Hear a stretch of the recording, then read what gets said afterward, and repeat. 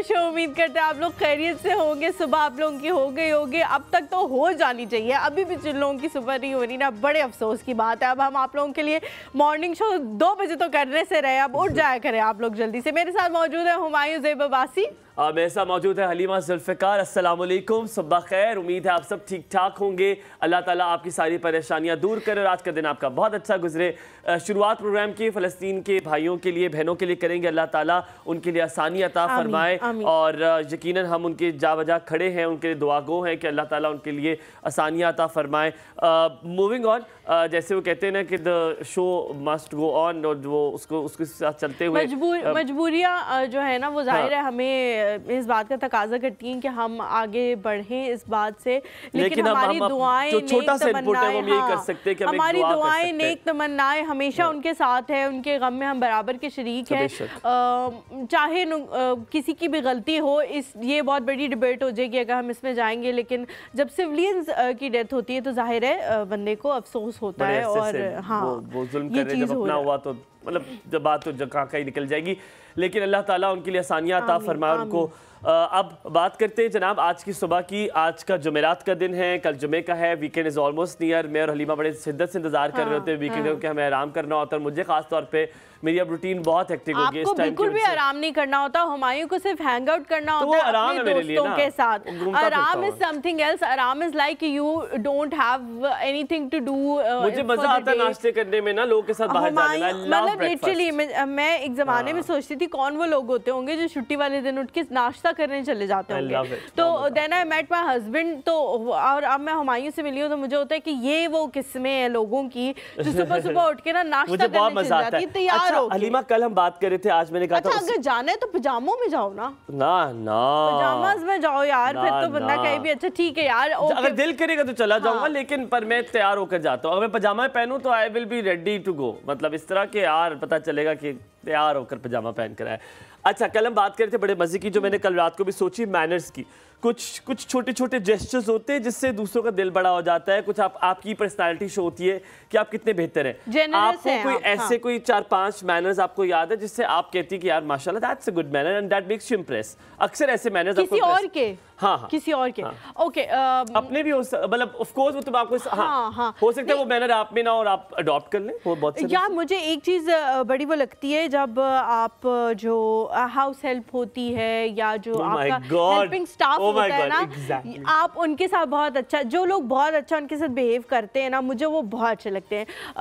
Like मैं बहुत सारी शादियों पे इस तरह गई हूँ कि जब शादी एंड हो जाती है ना तो होता है लड़की के पेरेंट्स जो हैं वो सबसे एंड में खाना खाते हैं। तो जब मेरी बड़ी वाली बहन की शादी हुई तो आई रिमेंबर कि हम लोग सब ऑब्वियसली खाना खा चुके थे, तो मेरे पेरेंट्स जो हैं वो रात को कोई 11 साढ़े 11 बजे दोबारा से उनके लिए खाना लग रहा था।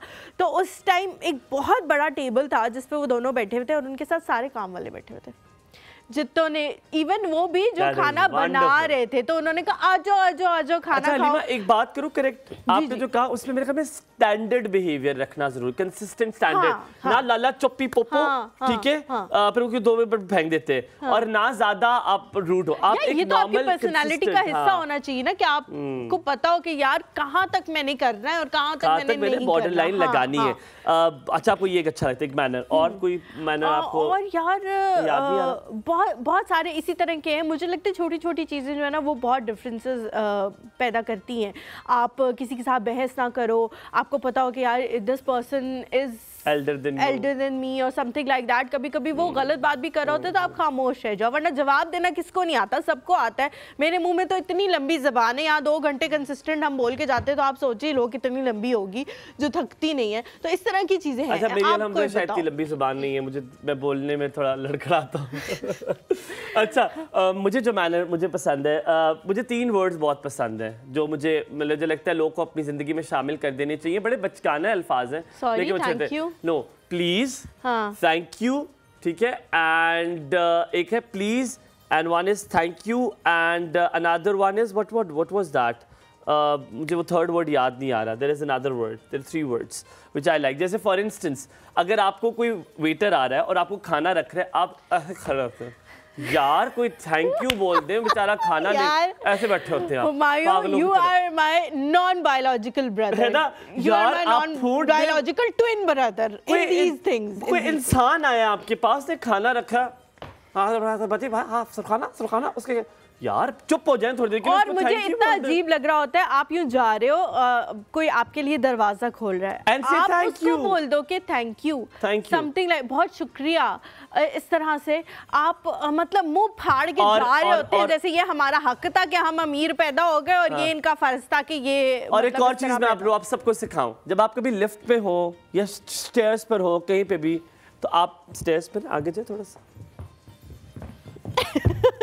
नहीं बेटे, आपने ये नहीं करना, आपने कहना है आई इंसिस्ट, आप आइए पहले, नहीं पहले ये एक छोटे से मैनर है, अच्छा लगता है। आप उनसे कहते आप धक्का मार के वो, और ये यूनिवर्सिटीज में मैंने देखा है, अगर टीचर भी हो कोई भी हो, आप धक्का मार के आगे गुजर जाएंगे। थोड़ा देख ले, आपने कुछ नहीं, लफ्ज एक बहुत गंदा आया था, वो जो उतारते होते हैं जो कहते हैं, हम पंजाबी में से कुछ कहते हैं, समझ गए आप लोग सारे?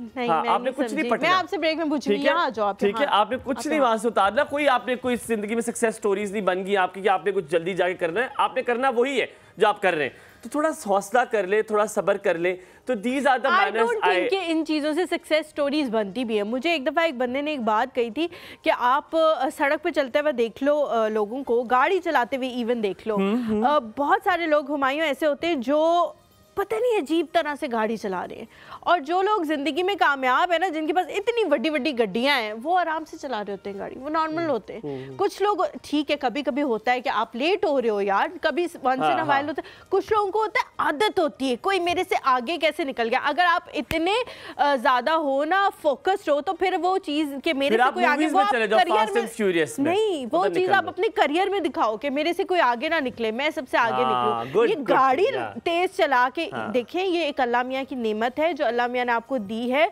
बहुत सारे लोग दुनिया में ऐसे हैं जिनको ये नेमत नहीं दी गई। गाड़ी एक बहुत बड़ी नेमत है, अगर वो अल्लाह मियाँ ने आपको दे दी है तो उस नेमत का हिसाब होगा। जिस तरह अल्लाह मियाँ ने कहा है ना कि बेटे नेमत है और बेटियां रहमत है, तो जो रहमत आपके घर में आती है उसका हिसाब नहीं है, लेकिन जो नेमतें आपको दी जाती हैं उनका हिसाब होगा। तो गाड़ी भी उनमें से एक नेमत है जिसका मेरा हिसाब नहीं है, यानी कि मेरे माँ बाप से है ना, मैं बेटा आपका है, नेमत का हिसाब है, रहमत का नहीं है। मैं नेमत आपको मैं बेटी लगता हूँ उनकी, आपको लग रहा है मैं उनकी बेटी हूँ? यार आप खुद ऐसी बातें करते हो। आप रहमत होता है ना बेटा, आपने खुद कहा है। हाँ, तो आपके लिए रहमत का नहीं होता हिसाब? तो बेटियां रहमत होती हैं। बेटियां रहमत होती हैं? हाँ, बेटे नेमत होते हैं। बेटियां नेमत, अच्छा ओके, सॉरी मेरा मिक्स हो गया था। अच्छा कोई बात नहीं, इट्स ओके, इट्स ओके। मुझे एक चीज बताओ, एक और होता है जब आप सिग्नल पे गाड़ी खड़े होते हैं, मैं आज तक उस जल्दबाजी को समझ नहीं पाया जो मोटरसाइकिल वाले के सिग्नल बंद है, गुड़ुम गुड़ुम गुड़ुम, एक दो गाड़ी आगे। हाँ। भाई अगर तो वहां पे भी होता, सिग्नल खुलना था, सबने साथ निकल जाना था। मुझे नहीं समझ आ रही आपने क्यों वो जिगजैग माउस वाला घुमू के, आपके कान के पीछे से एक मोटरसाइकिल आ रहा होता है यहाँ से आपकी टांगों के नीचे। यार भाई रुक जाओ, हौसला रखो, क्या करना है आप लोगों ने? मुझे तो इस बात पे भी चलो ठीक है, आप आगे चले गए, आपकी सवारी छोटी है, स्नीक इन करके आप आगे चले गए। अब आप खुलने का तो वेट कर लो, आप आहिस्ते से आगे जा रहे हो, आप आहिस्ते आगे जा रहे हो। जब तक आपका सिग्नल खुलता है आप तकरीबन बीच सड़क पे होते हो कि मुझे मतलब इतनी भी क्या जल्दबाजी, इतना भी कौन सा प्रेसिडेंसी में आपसे प्रेसिडेंट जो है वो बाहर खड़े हुए ऐसे आरिफ अलवी साहब हाथ बांध के क्या आप आओगे, मैं आपसे मिलूंगा, आपको रिसीव करके अंदर। यार कौन और ये वो प्रेसिडेंट है जो 4 हुकूमतें चली गई लेकिन वो है। ऐसी किस्मत अल्लाह मुझे भी दे, माशाल्लाह माशाल्लाह। वैसे एक और टच वुड। अच्छा वुड के बारे में आप लोगों को बता दें, पहले आप लोगों ने देखा होगा कि हमारे यहाँ एक टेबल था जो ब्राउन कलर का था और जिसका मैंने शो के दौरान अनाउंस किया था कि हुमैरा जी जब हमारे पास आई थी, हुमैरा अरशद, जिनका हमने आर्ट आपको दिखाया था, और पहले वो एक दफ़ा पहले भी हमारे शो में आ चुकी हैं फॉर हर कुकिंग, और दूसरी दफा वो अपने आर्ट की वजह से आई नहीं। तो उनका मैंने आप लोगों को बताया था कि शो के दौरान ही वो कही थी मुझे बहुत बुरा लग रहा है ये टेबल, तो हमने उनको ये टेबल दे दिया कि आप जो इसके साथ करना चाहते हो आप कर लो और फिर हमें दिखा। तो ये उन्होंने जी हमारे लिए टेबल बना के भेजा। वाह वाह वाह हुमैरा जी, देखिए आपके लिए बहुत शुक्रिया हुमैरा जी कि आपने इतना खूबसूरत टेबल बनाया है ना। क्या करूं, पीछे करो थोड़ा सा है, क्या करूं डेविड, कुछ बता भी दो। वैसे तो बोल रहे थे आज शो से पहले तुम लोग बड़ी तुम लोग को आग लगी। अच्छा वो फखर भाई को दिखाए ना, जवाब दिया था आप लोगों ने मुझे सारों ने। ये जी हुमैरा जी ने हमारे लिए टेबल बना के भेजा है और आप लोगों को इसकी ब्यूटी का अंदाजा नहीं हो सकता की के थ्रू। बहुत खूबसूरत है और इवन ये कि इसकी जो लेग्स है इस टेबल की उस पे भी डिजाइन उन्होंने बनाया हुआ है। हालांकि उनको भी यहाँ आके बैठ के पता लगा होगा कि वो कैमरे में नजर नहीं आता, लेकिन ये नफासत है उनके काम की और बहुत खूबसूरती से इतनी हाथ में सफाई दी है Humaira ji. We are so thankful to you Humaira Arshad को। आप पेज पे भी जा सकते हैं, उनसे चीजें बनवा सकते हैं। उनका बेटा भी जो है वो भी बड़ा टैलेंटेड है, लेकिन माँ से कम ही है बेटा। ये कर ले, हम इसको याद रख लें। वाह वाह, thank you so very much. बेटा बहुत सुगड़ है भाई उनका। जीती रहे, आबाद रहे, सलामत रहे। आमीन। और ये कुर्सी हमने आपकी वजह से बदल दी है, देखिए हमने उसका रंग मैचिंग कर दिया है। हमने कुर्सियों को इनके साथ मैचिंग करने की कोशिश किया। आई होप कि अब आपको कुर्सियों पे तराज नहीं होगा, क्योंकि अब हमारे पास कोई और कुर्सियां रही नहीं है, ये आखिरी वाली थी। और ये रातों नहीं, ये वो वाली कुर्सियां कोई और थी ना? हाँ रियली? हाँ। ये कपड़ा नहीं चढ़ा हुआ उसपे? नहीं। ओह स्मार्ट यार। ये आखिरी कुर्सी है हमारे पास, ये अब नहीं है। पहले आप लोगों ने येलो सोफे पे तराज किया, वो हमने बदल दिया, फिर लाल कुर्सियां रखी, फिर आपने कहा जी नहीं ये भी अब इसके साथ मैच नहीं करेंगी, तो अब हमने बदल दिया, अब और कुर्सियां। अच्छा, अब जो मैनर्स की बात हो रही थी, एक और कुछ चीजें हैं।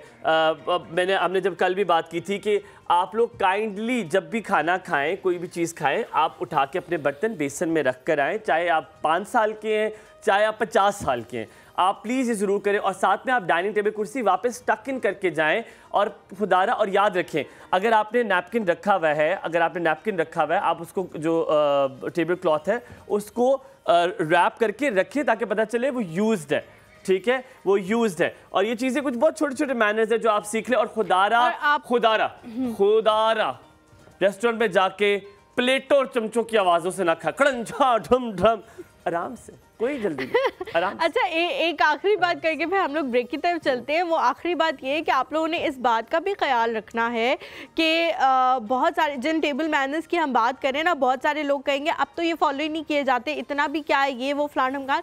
तो बहुत सारे बड़े बड़े जो क्लब्स अभी भी इस्लामाबाद में मौजूद हैं, जो अंग्रेज़ों के ज़माने से चले आ रहे हैं, वो जब आपको मेम्बरशिप देते हैं ना, उससे पहले आपका एक टेस्ट होता है, वो आपको अपने साथ बिठा के खाना खिलाते हैं। और अगर आप उस टेस्ट में फेल हो जाए तो वो आपको मेंबरशिप नहीं देते। और आप सोचिए कि आपकी कितनी बेइज्जती होगी अगर आप उस टेस्ट में फेल हो।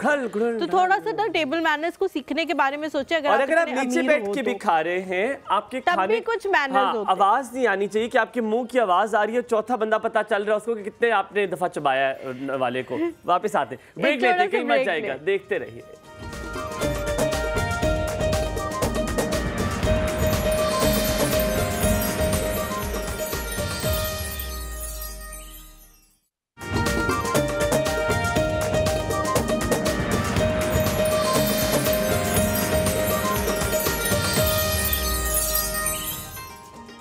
Welcome back after break. आप देख रहे हैं एक और सुबह। और यकीनन जैसे हलीमा ने आज कहा, मुझे बड़ी हंसी है इस बात पे कि यार अब तो लेट शुरू कर दिया, अब 2 बजे तो नहीं कर सकते, अब तो उठ जाया करें आप। और उम्मीद है कि आप लोग बिल्कुल ठीक ठाक होंगे और उठ गए होंगे, अपने अपने शहरों के मौसम को एंजॉय कर रहे होंगे, क्योंकि सर्दी आज जो है वो थोड़ी ज्यादा है कंपैरेटिवली इन इस्लामाबाद। 1-2 दिन से ज्यादा है। रात में बड़ी ज्यादा थी। और मैंने सुना लाहौर में भी सर्दी ज्यादा है, ये भी सुना है कराची में ठंडी हवाएं चल रही हैं। खबरें सच्ची है या झूठी है, ये आप हमें बताएंगे कॉल करके हमें बताना है, कि आपके शहर में मौसम कैसा है। 2-3 दिन पहले तक मैं तो कंबल ले रही थी, लेकिन आप रजाई पे आ गई। और अच्छी बात ये कि हमें हर जगह से कॉल आती है, पाकपतन से भी, सरगोदा से भी, मियां वाली से भी, तो हमें पता लग सकता है यहाँ बैठे बैठे कि वहाँ पे क्या हो रहा है, किस किस्म का मौसम है, सारी चीजें हमें यहाँ बैठे पता लग जाती हैं। और वाकई हमारे कॉलेज जो है फोन करके सारी बातें बता देते हैं। इनके रावलपिंडी इस्लामाबाद के मौसम में फर्क होता है थोड़ा सा, स्लाइटली, बहुत ज्यादा। मतलब क्योंकि हमारा जब घर मागला हिल्स के पास था, when we were having that सरकारी घर, हलीमा दिसंबर में हम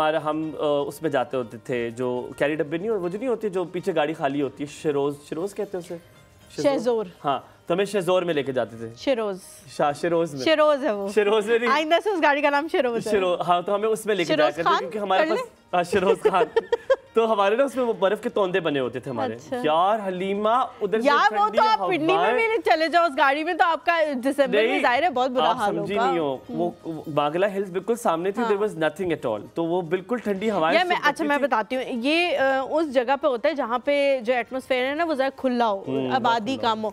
तो जब पहले ये डिफेंस और बहरिया और इस तरह की सोसाइटीज नहीं बनी थी, तो उस साइड पे पिंडी के भी जाते थे तो बहुत ठंड आपको फील होती थी वहाँ पे। हाँ, तो वहाँ पे कुछ घर नहीं होते थे, तो हम बहुत कम होते हैं, हमारी सिर्फ लाशें होती थी ठंडी, और हम सर दर्द होते थे।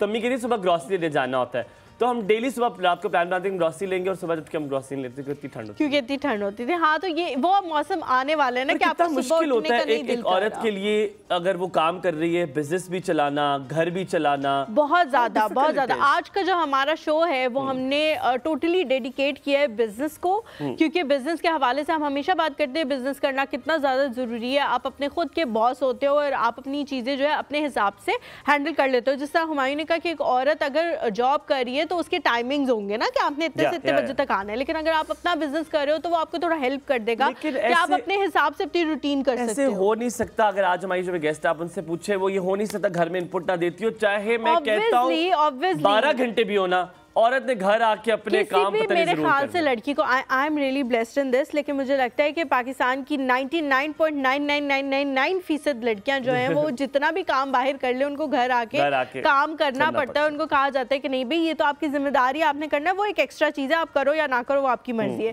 तो हम जी एंटरप्रेन्योरशिप के हवाले से बात करेंगे, ख़ास तौर पर ख़वातीन के लिए जो घर बैठी हैं, जिनके बच्चे भी हैं, उन्होंने घर भी चलाना है, बच्चों को भी देखना है, वो घर बैठे ऐसे क्या काम कर सकती हैं कि वो बिजनेस को भी टाइम दें, बिजनेस अच्छा भी चले, उसमें से प्रॉफिट भी आए और वो अपने घर को भी मैनेज कर लें। इन सारी चीज़ों के हवाले से हम बात करेंगे। हमारे साथ इस वक्त जो शख्सियत मौजूद है, फाउंडर हैं लेट्स ग्रो टुगेदर की। उनका जो ये फाउंडेशन बनाने का पर्पस है वो है ये कि आप लोग जो हैं वो दूसरों के साथ मिल के अपने बिजनेस को फ्लरिश करें। हमारे साथ जी मौजूद है अमरीन हैदर। अस्सलाम वालेकुम, कैसी हैं अमरीन? वालेकुम अस्सलाम, अल्हम्दुलिल्लाह। सुबह खैर। आप को सुबह देख के बड़ा हमें अच्छा लगा और बड़ी हंसी आया। हमने मेकअप रूम में इनसे बात की, हम बड़ा चीखते चिल्लाते, मैं कर लेता हूँ, मैं बहुत चीखता चिल्लाता हूँ, मैं जब आता हूँ तो पता चलता है रूम में कोई आया है। तो बिल्कुल नॉर्मल थी अमरीन, और मैंने कहा अमरीन आपको शौक नहीं हो रही? कहती नहीं, इन्होंने मुझे आपके शोज दिखा दिए थे। मैंने कहा फिर ठीक है। आप सुबह कितने बजे उठती है Amreen? How when do you wake up? क्योंकि हम बच्चों के साथ ही होते हैं, तो बच्चों के लिए हम 5 बजे से 5:30 बजे से उठे हुए होते हैं और एक्टिव होते हैं। अच्छा। लाइक आज भी मैं अपने बच्चों को ड्रॉप करके और सारा कुछ मैंने क्या कहा था कि वो नहीं सकता कि आप अपने काम ना करती हो। रात को सोती कब है? रात को जब आखिरी बंदा अपने घर का मैं होती हूँ जो सोती हूँ, क्योंकि मुझे नींद ही नहीं आती जब तक बच्चे जाग रहे हो या घर का कोई भी मेंबर जाग रहा हो। और ये मज़े की बात है, ये कोई हम पे जुल्म नहीं है कि हम घर भी संभाल रहे हैं और हम बिज़नेस भी संभाल रहे हैं, हम बच्चे भी संभाल रहे हैं। मुझे ऐसा लगता है कि औरत होने की वजह से ये हमारी रिस्पॉन्सिबिलिटी है, एंड आई एम हैप्पी कि ये हमारी रिस्पॉन्सिबिलिटी है। मैं इसको एक पॉइंट और फर्दर लेके जाती हूँ कि मुझे लगता है कि अल्लाह मियाँ ने जो है ना औरत की कैपेसिटी ज़्यादा रखी है। हम ये हमेशा अपने आप को अंडर एस्टिमेट करते हैं कि हम हाँ कैपेबिलिटी हमारी ज़्यादा है। औरतों की मल्टीटास्किंग होती है, और ख़वातीन और मर्दों को आप देखें कि अगर वो लैपटॉप पे काम करें, आप उन्हें कुछ बोल रहे होंगे तो उनकी सुनने की सलाहियत दफान हो चुकी है, वो नहीं सुनेंगे। नहीं, वो सुनेंगे ही नहीं। तो बाकी जब औरतें जो हैं वो उनकी कैपेसिटी ज़्यादा है, तो बहुत सारी जो ख़वातीन हैं वो कितना काम आपको लगता है कितने घंटे कर सकती है? 24 घंटे ही वो बेचारियाँ काम ही कर रही होती हैं। नहीं, देखें 24 घंटे तो काम नहीं कर सकते, स्पेशली जब मैं यंग थी बिफोर मैरिज, तो मैं रातों को जाग के काम किया करती थी और मैं सुबह भी ना बड़े आराम से 10 बजे तक सोती थी और उठ के फिर काम में लग जाती थी। तो मुझे कोई उसमें फ़ील नहीं होती थी कि मैं टायर्ड हूँ या मैं एग्जॉस्टेड हूँ। ज़ाहिर है यंग उसमें आप वैसे भी होते हैं और आपके साथ बच्चे नहीं हैं या कोई और फैमिली मेम्बर अटैच नहीं है, तो आपके पास टाइम भी ज़्यादा होता है। लेकिन being a mother and a family, मैं तो क्योंकि अपने घर की सरबराह हूँ, मतलब माय हस्बैंड सरबराह तो हैं वो और तरह के, बट मुझे पता होता है कि घर में क्या चल रहा है और क्या चलाना है। तो ये देखें, सबसे बड़ा ऑनर ही ये है कि हम बेचारियाँ नहीं हैं, हम तो भाई मलकाएँ हैं अपने घरों की ना। अगर उसके साथ साथ हम अपना बिज़नेस कर रहे हैं तो वो बिज़नेस हमारी खुशी है, वो भी हम पे बर्डन नहीं है। कुछ अगर आपके फाइनेंशियल इशू हैं तो ऑब्वियसली उसकी वजह से भी आपको सपोर्ट हो जाती है बिज़नेस में। लेकिन बीइंग अ वुमन ये सबसे बड़ा प्राउड है कि हम इतना ज़्यादा प्रोडक्टिव पार्ट हैं सोसाइटी का। और मतलब हमारी ख़वातीन ना, हर कोई हाय हाय बहुत कर रहा होता है ना, हाय बेचारी घर का काम करिए, हाय बेचारी ऑफिस भी जाती है, फिर भाई वो कर सकती है, इसलिए कर रही है, इसलिए कर रही है। दूसरा ये कि मैं ख़वातीन को भी ये कहती हूँ कि अपने आप को बर्डनाइज ना करें, अगर कर सकती हैं तो करें। अपनी प्रेजेंटेशन ही बेचारी बना देते हैं हम, हाय हाय, मतलब क्यों?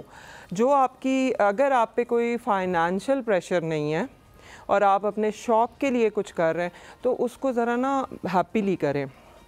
और ये बिल्कुल गलत बात है ये कहना कि कोई भी बंदा इतने घंटे काम कर सकता है या उतने कर सकता है। 8 घंटे जो है ना उसको आप मैनेज कर लें। 8 घंटे, कल यही बात की थी कि 8-8 घंटे का रूल बना लेना। 8 घंटे सोना है, 8 घंटे आपने काम करना है और 8 घंटे आपने अपने लिए निकालना है। This rule is very good. But और 8 घंटे नहीं निकलते सोने के लिए। हमारे यहाँ क्या है कि अगर औरत जो है वो कोई भी काम कर रही है और वो फील्ड में है तो एक नॉर्मल जो लोगों की थिंकिंग होती है कि भाई इसको तो घर की फ़िक्र नहीं है या ये बागी है। ऐसा नहीं है। हमारी स्पेशली होम बेस्ड इंडस्ट्री में हम अपनी फैमिली की सपोर्ट के साथ काम कर रहे हैं। हमारा, आप अभी मेरे घर जाएंगे तो उसकी बड़ी बुरी हालत होगी ना, वो हमारे घर वाले वो बुरी हालत बर्दाश्त कर लेंगे क्योंकि उनको पता है कि हम बिज़ी हैं या वो है। तो अगर उनकी सपोर्ट ना होना तो हम कुछ नहीं कर सकते। अगर हम ये कुछ कर रहे हैं तो ये पाकिस्तान का एक बहुत खूबसूरत चेहरा है कि हमारे साथ हमारी फैमिलीज़ हैं। मेरे फादर इन लॉ इतने सपोर्टिव हैं, उनको पता होता है इसका इवेंट चल रहा है, वो बर्दाश्त करते हैं हर चीज़, पूरा सपोर्ट करते हैं। मेरे हस्बैंड और जो सारा एक सिस्टम चल रहा होता है। तो ये कुछ पॉजिटिव बातें हैं पाकिस्तान की जो हमें हाईलाइट करनी चाहिए। हमारी औरत सिर्फ बेचारी नहीं है, बड़ी। अच्छा अमरीन, अब थोड़ा सा आपके काम की तरफ आते हैं। जो आपने फाउंडेशन बनाई हुई है लेट्स ग्रो टुगेदर की, वो क्या है, वो किस तरह से काम करती है? कोई बंदा इस वक्त घर बैठा अगर उसका अपना बिज़नेस है, छोटा मोटा ही है, कोई खातून है उसका अपना छोटा सा बिज़नेस है, वो आपको कैसे कांटेक्ट कर सकती है, वो उसका पार्ट कैसे बन सकती है, इसका भी थोड़ा सा बताएं। अच्छा, लेट्स ग्रो टुगेदर वैसे एक कम्युनिटी है होम बेस्ड वुमेन एंटरप्रेन्योर की। हमने जब इसको स्टार्ट किया तो हमें उस वक्त लगता था कि इस्लामाबाद रावलपिंडी में हैं ही नहीं ख़वातीन जो क्रिएटिव बिजनेसेस कर रही हैं। दूसरा ये कि यहाँ ना पता ही नहीं होता था हमने करना क्या है, लाइक रॉ मटेरियल्स कहाँ से लेने हैं। क्योंकि मैं कराची से ही मैंने पढ़ा और बिफ़ोर मैरिज मैंने कराची में बिज़नेस किया, तो कराची तो एक बहुत बड़ी हब है। उधर तो आपको रॉ मटेरियल्स या इवन इन चीज़ों को समझने वाले लोग भी जल्दी बहुत हर चीज़ आपको बहुत करीब से मिल जाती है, फिर समझने वाले लोग, आर्ट को समझने वाले भी। तो यहाँ हमें डर लगता था कि पता नहीं, बात दुरुस्त की है, कराची में लोग आर्ट को समझने वाले हैं। ये बात बड़ी अच्छी है बस। और मार्केट बहुत बड़ी है ना, आप खुद सोचें, पता नहीं इस्लामाबाद जैसे कितने वहाँ समाज है। अमरीन, वहाँ डाइवर्सिटी बहुत है, बहुत सारे कल्चरल लोग वहाँ पर बसते हैं, बहुत सारे लोग माइग्रेट हुए हैं। कराची इंडस्ट्री ऐसी है, टेक्सटाइल भी है, सब कुछ है, मार्केट है, यहाँ से भी लोग गए हुए हैं, लाहौर से भी गए हुए हैं, कराची से भी, कुछ हिंदुस्तान से भी वहाँ पे लोग बस रहे हैं। तो बड़ा डाइवर्सिटी है, बड़ी। वही हमारे मैं पंजाबी हूँ तो मेरे फ्रेंड्स सिंधी भी थे और मेमन भी थे, उर्दू स्पीकिंग भी थे। तो वो तो एक मज़ा वहाँ का है ही है। दूसरा जाहिर है वो बड़ी मार्केट है, मतलब वहाँ पे आबादी माशाल्लाह बहुत ज़्यादा है। मसाइल इतने वहाँ मसाइल हैं, life is not easy there, फिर भी वो लोग खुश रहना जानते हैं। मदद खुदा करे। हाँ, तो वो हम लोग तो ज़रा सी लाइट थोड़ी देर के लिए चली जाए ना तो हम एकदम परेशान हो जाते हैं। मछली बन जाते हैं। वहाँ तो इट्स ऑल राइट, लाइट चली गई, लाइट आ गई। वो कहते हैं क्या हुआ है आज, सब ठीक है? वो के इलेक्ट्रिक कॉल करते हैं कि क्यों नहीं लाइट लेके जा रहे हैं, क्यों लेके जाए यार। हमारे साथ कॉलर है, फिर आपकी तरफ आते हैं हुमैरा अरशद साहिबा। अस्सलाम वालेकुम। अस्सलाम वालेकुम, कैसी हैं आप हलीमा? बिल्कुल ठीक, सुबह खैर, क्या हाल चाल है? हुमैरा जी बहुत बहुत शुक्रिया आपका, इस कदर खूबसूरत टेबल है कि मैं क्या बताऊं। इतना ज्यादा शुक्रिया अदा कर दिया, मेरा दिल इतना बड़ा हो गया। नहीं हुमैरा जी, आप इसके पैसे हम चार्ज कर लेंगे आपसे, कोई नहीं, आप पैसे दे दीजिएगा। ठीक है, आप ले लीजिएगा, आप कैश दे दें हमें। इसका बहुत बेहतरीन हल यही है। आपको मैं शुक्रिया अदा करना चाहता हूँ, मुझे मौका मिल गया है, आपने बड़ी प्यारी कॉफ़ी ट्रे मुझे दी, वो बहुत खूबसूरत है। I love it, thank you so very much. इस तरह के काम करती रहा करें, भेजती रहा करें कुछ ना कुछ जो दिल में आए। आप याद रखें, हम काम करते रहेंगे आपके लिए। आपको कैसे हम याद रखें। और आपकी टेबल की खूबसूरती ये है कि इसमें खाली डिज़ाइन प्यारा नहीं है, इसमें माँ की ममता भी नज़र आती है जो आपने हमारे लिए इसमें बिरोई है। बहुत बहुत शुक्रिया। और आप मुझे बड़ा अच्छा लग रहा है कि उसके साथ आपने चेयर्स भी मैचिंग कर दी हैं, तो है ना? कैसी लग रही है आपको? ठीक लगा है कंट्रास्ट? मैंने सबसे पहले मेरी नजर चेयर पे गई। हाँ? तो मुझे ये तसल्ली हुई कि मेरा टेबल आ गया है। मैंने आपका टेबल उठा के दिखाया है, हालांकि मेरा शोल्डर डिसलोकेट हुआ है, दिखाया है। हलीमा ने भी मेरा ख्याल है वही तकरीबन मिलता जुलता कलर पहना हुआ है। हाँ, वही फैमिली है। हाँ, कलर की वही फैमिली है, लेकिन टेबल उठाने के अलग पैसे हैं, तो वो मेरे ख्याल में बता देगा आपको। बिल्कुल आपको मिलेंगे जरूर। पर बहुत शुक्रिया, सलामत रहे, खुश रहे, आबाद रहे। इस तोहफे का बहुत शुक्रिया। हुमैरा जी को अल्लाह ताला और तरक्की दे। लेकिन अगर आप हुमैरा अरशद को गाने वाली को नहीं आपने बुला लेना, वो लाहौर होती हैं, ये दूसरी वाली हुमैरा अरशद है, इनसे आपने बनवाना है। वो मैंने और बहुत ज्यादा टैलेंटेड है, बहुत ज्यादा। हर चीज, जिस चीज में हाथ डालती है ना, वो चीज जो है ना सोना कर देती है। हाँ, मुझे लगता था शायद मैं बहुत टैलेंटेड हूँ हलीमा, पर माशाल्लाह मुझे लगता है और भी हैं लोग इस जमाने में। बहुत शुक्रिया हुमैरा जी कॉल करने के लिए, thank you so much. Amreen, आपने एग्री किया, आप इस तरह कर रही थी अपनी मुंडी की हुमायूं बहुत टैलेंटेड है। बहुत शुक्रिया, आपने मेरी तारीफें की। बहुत मैं सोच रही थी कि हमारा जो इवेंट आने वाला है, मैं उसमें आपको बुला के आपकी गलतफहमी मजीद दूर कर दूं, क्योंकि वहाँ पे तो टैलेंट का अंबार है। और पाकिस्तान में आप ये गलतफहमी दूर करना चाहती हैं कि हुमायूं खुद टैलेंटेड है। नहीं, टैलेंट तो है, उनका नजर आ रहा है। वो मतलब देखें, जो बंदा बोल रहा होता है उसको बड़े आसानी से लोग कह देते हैं कि इसको तो बोलने की आदत है, लेकिन उसके अंदर जो क्रिएटिविटी है या इतना उसके अंदर एक शोर है चीज़ों का, उसने वो निकालना है। तो कोई कॉल नहीं लेनी, 1 मिनट तारीफ हो रही है मेरी जी। हमें आवाज़ों को दबाने की आदत है, जबकि आवाज़ों को दबाने से आपका मुआशरा बेहतर नहीं हो सकता। आवाज़ों मतलब अच्छी आवाज़ों को निकालने से सुने उनकी हमारे अंदर बेचैनी इतनी है, हम इतने अदरवाइज ही मतलब आप घर से निकलते हैं तो टेंशन आपके सबकॉन्शियस में कोई और होती है, आप रोड पे निकाल देते हैं। मेरे जहन में कोई और है अभी होती है ना, जो वही है। आप सही कह रही है। कॉलर लेते हैं, हमारे साथ कॉलर है। कायनात है जी, इस्लामाबाद से। अस्सलाम वालेकुम कायनात, क्या हाल है? वालेकुम अस्सलाम, अल्हम्दुलिल्लाह मैं बिल्कुल ठीक हूं। कायनात जी कैसी हैं आप? बिल्कुल ठीक अल्हम्दुलिल्लाह। आप अपने अम्मी अब्बू की कायनात है, किसी और की कायनात है? अब आई एम मैरिड नाउ। आप किसी और की कायनात है? ओके, उनकी भी होंगी। हलीमा आप कैसी हैं? मैं बिल्कुल ठीक हूँ अल्हम्दुलिल्लाह। आप दोनों बहुत अच्छा शो करते हैं और बहुत ही वो जो कन्वेंशनल किस्म के प्रोग्राम्स होते हैं ना, उनसे हट के आप लोग प्रोग्राम करते हैं, और ये चीज़ हमें बहुत अपील करती है। Thank you so much. Morning आप लोगों की जो बातें हैं और जिस तरह से टॉपिक्स लाते हैं, जिस तरह से गेस्ट वगैरह से बात करते हैं, बहुत अच्छा लगता है। और एक कनेक्शन जो कॉलर्स के साथ है वो बहुत ही यूनिक है और बहुत अच्छा है।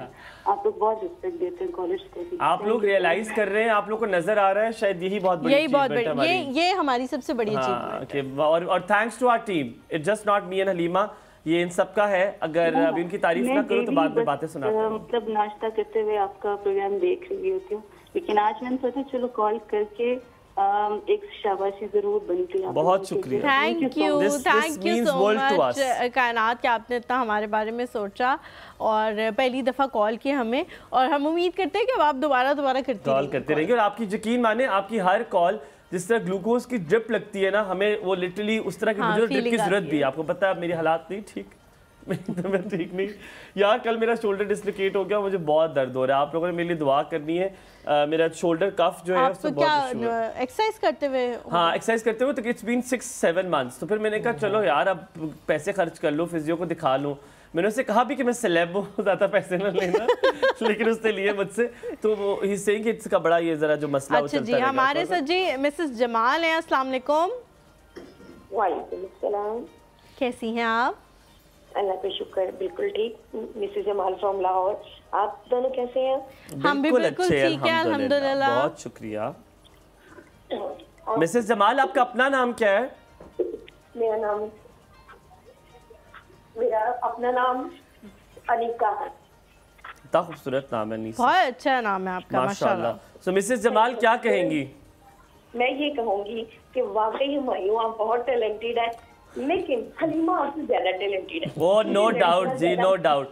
लेकिन इसने जो कल किया है, जो मैं अगर बता दूं आपको जी कुछ नहीं, आप सही कह रही है, हलीमा बहुत टैलेंटेड है। थैंक यू और सो हसीन भी बहुत है। बहुत शुक्रिया, ये आप लोगों की मोहब्बत है कि आप लोगों को हम टैलेंटेड लगते हैं, वरना हमारे खानदान वालों को ऐसा बिल्कुल नहीं लगता। हाँ, हालांकि मैंने बार बार कहता हूँ। हाँ, कल मेरा जो भाई है वो बैठा हो, मुझे कह रहा था मुझे बाबर आजम से मिलवा दो। मैंने कहा आजकल तो कोई उनसे नहीं मिलना चाह रहा, आप क्यों मिलना चाह रहे हो उनसे, उनका मूड खराब चल रहा है। तो कहता नहीं मिलवा दो। तो मैंने कहा लोग मुझसे मिलने के लिए इतने पापड़ बेलते हैं, कॉल्स करते हैं, कहते हैं कि आपसे मिलना है और आप मुझे अहमियत ही नहीं दे रहे हो।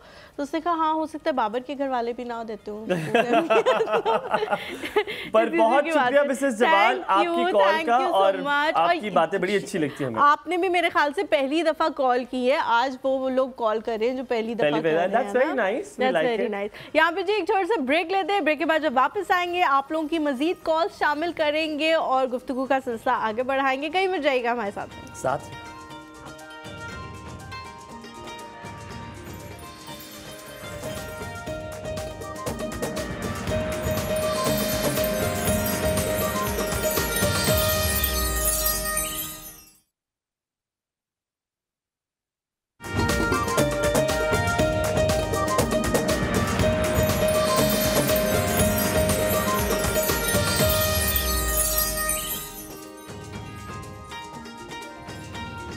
जी welcome back to the show. हम लोग मुस्तकिल जो है वो आप लोगों की कॉल्स के हवाले से भी बात करें, लेकिन बेसिक जो हमारा पर्पज़ है आज बात करने का वो ये है कि बिज़नेस की तरफ लोगों को कैसे लाया जाए। बहुत सारी ख़वातीन अमरीन ऐसी होती हैं जो बिज़नेस करना चाहती हैं। इवन मैं और हुमायूं भी अक्सर बैठ के सोच रहे होते हैं कि कोई बिज़नेस भी करना चाहिए। इट्स इम्पॉर्टेंट नीड है, इस वक्त की ज़रूरत बन चुकी है कि आपका साइड पे एक बिज़नेस चल रहा हो, ताकि आपको कभी ऐसा ना हो कि मतलब ज़रूरत के लाले पड़ जाएं कि जॉब गई तो अब आप कुछ भी नहीं कर रहे हो। हलीमा, अगर आप भी बड़ा प्यारा सवाल पूछे, इसमें कुछ अगर मैं मज़े की बात ऐड कर दूँ, जैसे 4-5 दोस्त, ये इस्लामाबाद का रवाज ज़्यादा है, 4-5 दोस्त बैठते हैं, वो बिज़नेस स्टार्ट चाय के ढाबे पे, वो बिज़नेस स्टार्ट कर चुके होते हैं, वो अपनी आखिरी मराहल में पहुँच चुका होता है, प्रॉफिट भी हो चुका होता है, बैठे बैठे वो प्रॉफिट भी हो चुका होता है, उसमें लाखों करोड़ों रुपए होते हैं, सब कुछ होता है। वो कहते हैं यार तुम देखो ये यार ये और वो मैं कर दूंगा, ये मैं कर दूंगा, ये पूरा बिजनेस प्लान डिसाइड हो जाता है। ऐसी खवातीन बैठी होती हैं क्योंकि अब वो कहती है यार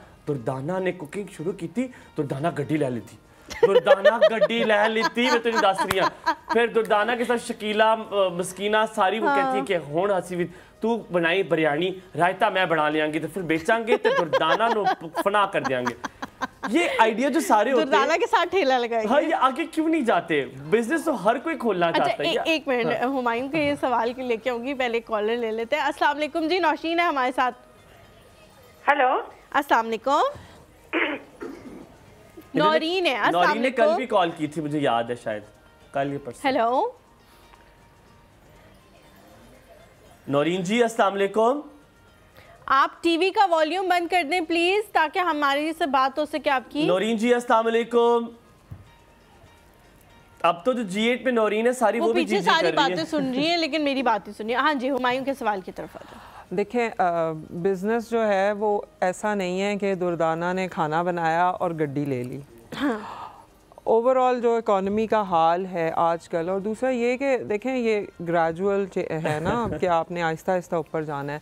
अनलेस के कौन सी दुर्दाना जिसने फॉरेन बिजनेस शुरू करके गड्डी ले ली? मैंने बड़ी दुर्दानाओं की कहानी की बात हुमायूं करे था, वो बच्चा गाड़ी है। हाँ, इवन वो भी कभी कभी ऐसा नहीं होता। हमारे साथ जब लोग इवेंट करते हैं, एक इवेंट पे वो उनकी फर्स्ट अगर इवेंट होता है वो डिस्प्ले करते हैं अपनी प्रोडक्ट और वो फ़ौरन ही डिसहार्ट हो जाते हैं अगर सेल नहीं हो रही है।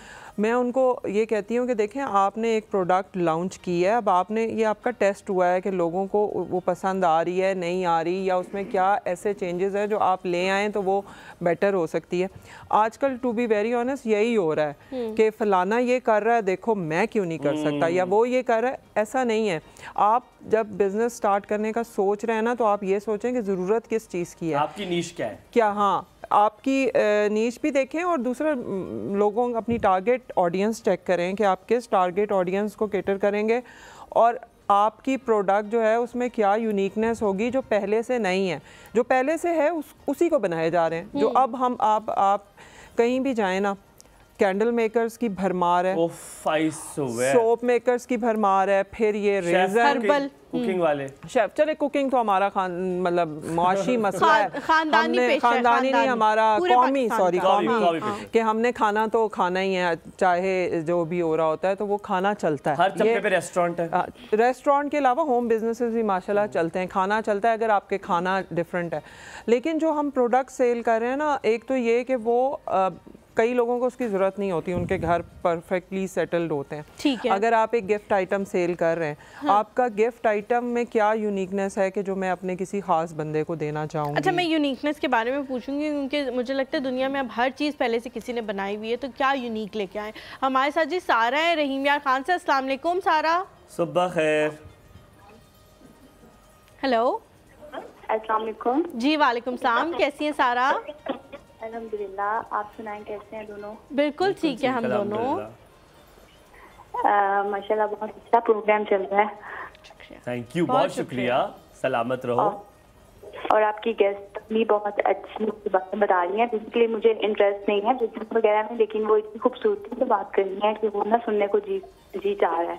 आपका दिल चाह रहा है बिजनेस शुरू कर दे, पेंसिलें बेचना शुरू कर दे। हाँ जी, ऐसे ही है। और मुझे ना हलीमा आपी के बारे में कुछ कहना था। जी जी बताएं। आज जैसे मुझे लगता है उनका ही दिन है, उनके बारे में ज्यादा बात हो रही है। आज मेरा बुरा दिन चल रहा है। मैंने कल भी कॉल की, लेकिन कल कॉल मिली नहीं। और मैंने बेसिकली कल ये बात करनी थी कि मैं 2-3 दिन से ये सोच रही थी कि कहूँगी। तो मतलब आप है ना बहुत ही ना प्योर हार्ट है। और मैं बताता हूँ इससे कल क्या किया। थैंक यू सो मच सारा। यार आप लोगों ने कॉल कर? No doubt Halima has a beautiful heart और बड़ा बहुत खूबसूरत दिल है। दोबारा कॉल अगर सारा तुमने की और सारा आपने दोबारा कॉल करें, दोबारा कॉल करें भाई इसको सारा आप दोबारा कॉल करें। तलत आंटी हमारे साथ जी। अस्सलाम वालेकुम। हेलो अस्सलाम वालेकुम। वालेकुम सलाम, कैसे हैं बेटा आप लोग? बिल्कुल ठीक, आप कैसी हैं तलत आंटी? अच्छा अब और ये आपकी इस वक्त गुफ्तगू बहुत अच्छी चल रही है। मैं तो हस्बे मामूल यही बात कहूँगी, लेकिन क्या करूँ, मैं आपसे ये कहती हूँ, मैं कोई पॉइंट ला ही नहीं सकती मैं। और ये माशाल्लाह आपकी मेहमान जो है ना, ये बड़ी इनके अंदर बड़ी क्या कहना चाहिए मोटिवेशनल स्पीकर है माशाल्लाह। जैसे कल परसों बात चल रही थी ना, इनकी गुफ्तगू इतनी खूबसूरत है कि वाकई लग रहा है कि आदमी को मैनेज कैसे करना चाहिए। और जो इनका आवाज का ज़ेरो बम जो है ना, कि किस तरह से कायल किया जा सकता है।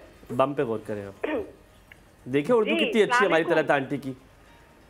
तलत आंटी आपसे अच्छी उर्दू है किसी की? आप भी तो इतना अच्छा और खूबसूरत बोलती हैं माशाल्लाह। नहीं, आप जरा इनसे बात करवाइए। जी कर रही है तलत आंटी। आप कर सकती हैं माशाल्लाह। आपकी गुफ्तगू बहुत अच्छी है, यकीनन आप अपने काम में भी बहुत माहिर होंगी माशाल्लाह माशाल्लाह। बस जी, अल्लाह ताला आपको और तरक्की अता फरमाए। और जो हमारी बच्चियां आना चाहती हैं उनके लिए भी आप और आप जैसे लोग जो है ना मददगार साबित हों। आमीन।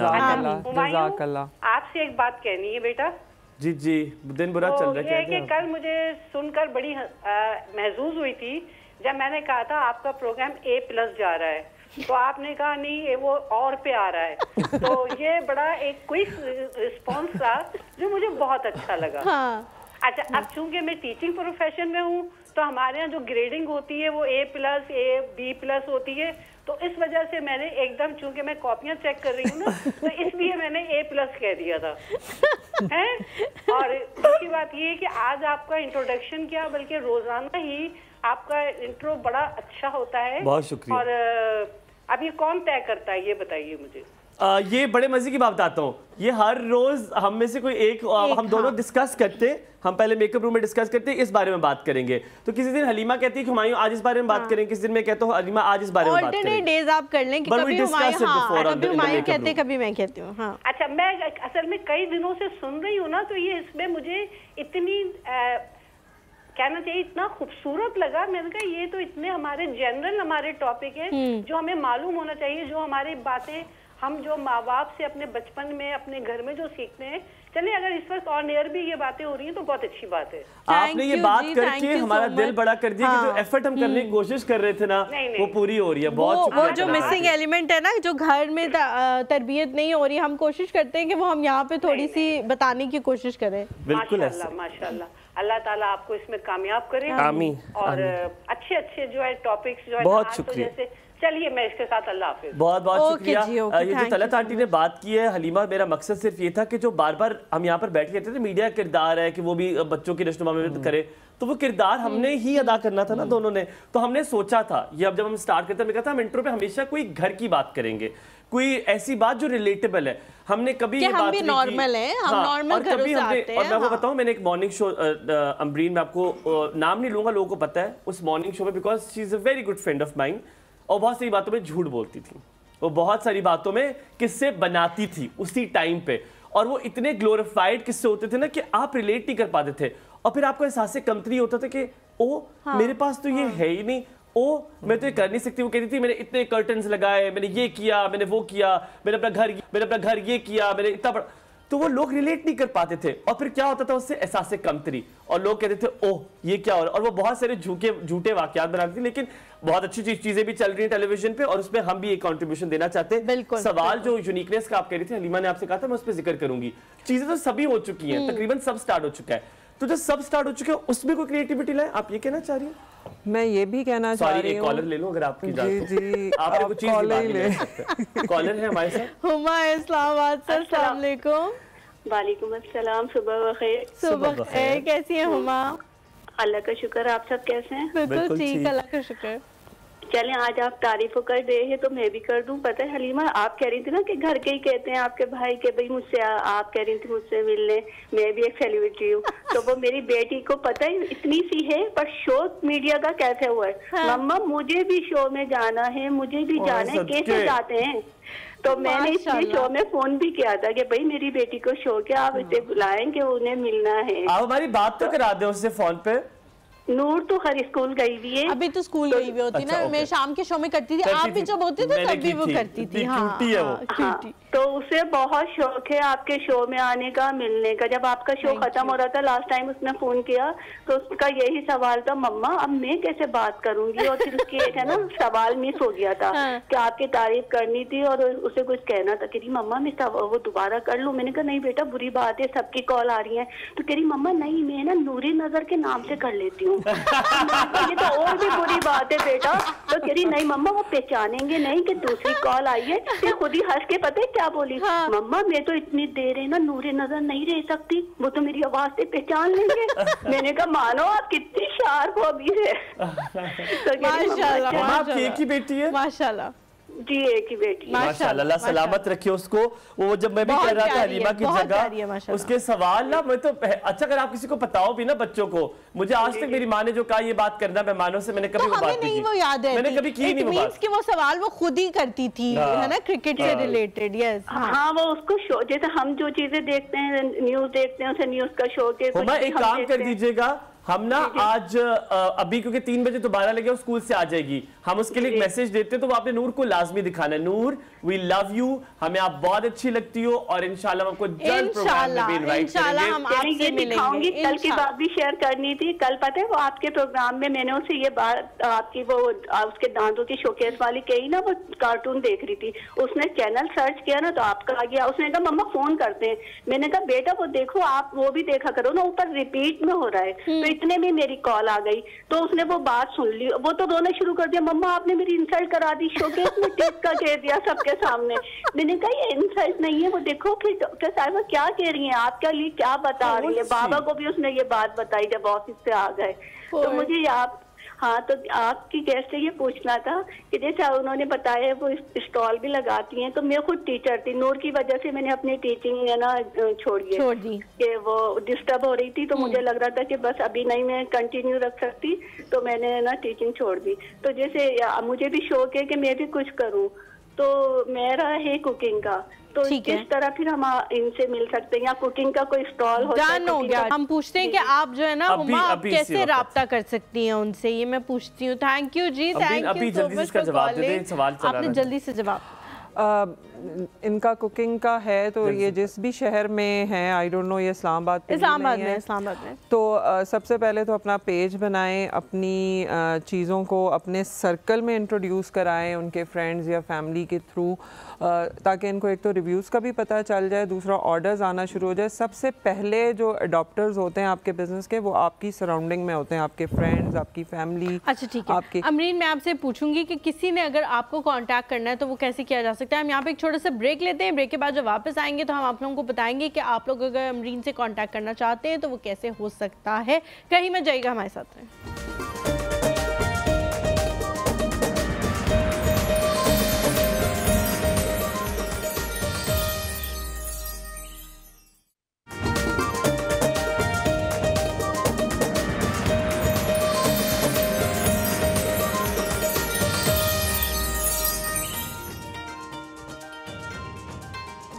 Welcome back after break. आप देख रहे हैं एक और सुबह, और यकीनन इस सुबह हम आपके सामने पेश हैं। और याद रखिएगा, कभी कभी ज़िंदगी में कुछ लोग आपके इर्द गिर्द होते हैं जिनसे आप प्यार करते हैं, मोहब्बत करते हैं, लेकिन हो सकता है वो आपके अपने ना हो सकता है वो किसी और के हो, वो मेरे हो सकता है वो इसके हो। तो इसलिए आपने अपनी आस्तीनों को ज़रा झाड़ ले, निकाल ले, सांप जितने आपके पास हैं उनको पकड़ के, हो सकता है कोई छोटे कीड़े भी हों जो फंस गए हो और बटनों के साथ चिपक गए और निकल ला रहे हो, आपके पास आते हैं। बड़ा मुश्किल होता है बिजनेस में जब भी स्टार्ट करते हैं। आपने स्टार्ट में एक बात की थी, मैं सवाल तभी करना चाहता था, ये मैं उन मर्दों के लिए पूछ रहा हूँ जो मेरे जैसे भाई हैं, जो शौहर भी हैं, मैं शौहर नहीं हूँ, मर्द भाई हूँ, अभी भाई है, बेटे भी हैं। एक सपोर्ट सिस्टम बड़ा ज़रूरी होता है अमरीन। अगर आपके शौहर ने आपको थोड़ा सा पुश ही दे दिया, ये जो आप कर रही हैं उसको अप्रिशिएट ही कर दिया, ये बहुत बड़ी बात होती है। Do you believe in support system? की कहते हैं हर मर्द के पीछे एक औरत का हाथ होता है, मैं कहता हूँ एक औरत के पीछे भी एक मर्द का हाथ जरूर होता है। Do you agree with that? औरत के पीछे पूरी फैमिली का हाथ होता है। मर्द का तो ऑब्वियसली मेरा तो ये मानना है कि अगर आपको आपका हस्बैंड सपोर्ट नहीं करता तो आप काम तो शायद कर रहे हो लेकिन इतना स्मूथली नहीं कर पाते। दूसरा ये कि आप अपने काम को ऐसे मैनेज करें कि आप जो है वो घर को, अपने बिजनेस को, अपने बच्चों को ना प्रॉपरली बैलेंस रखें। और चीज़ें जो है ना, देखें हर चीज़ वक्त पे मिलती है।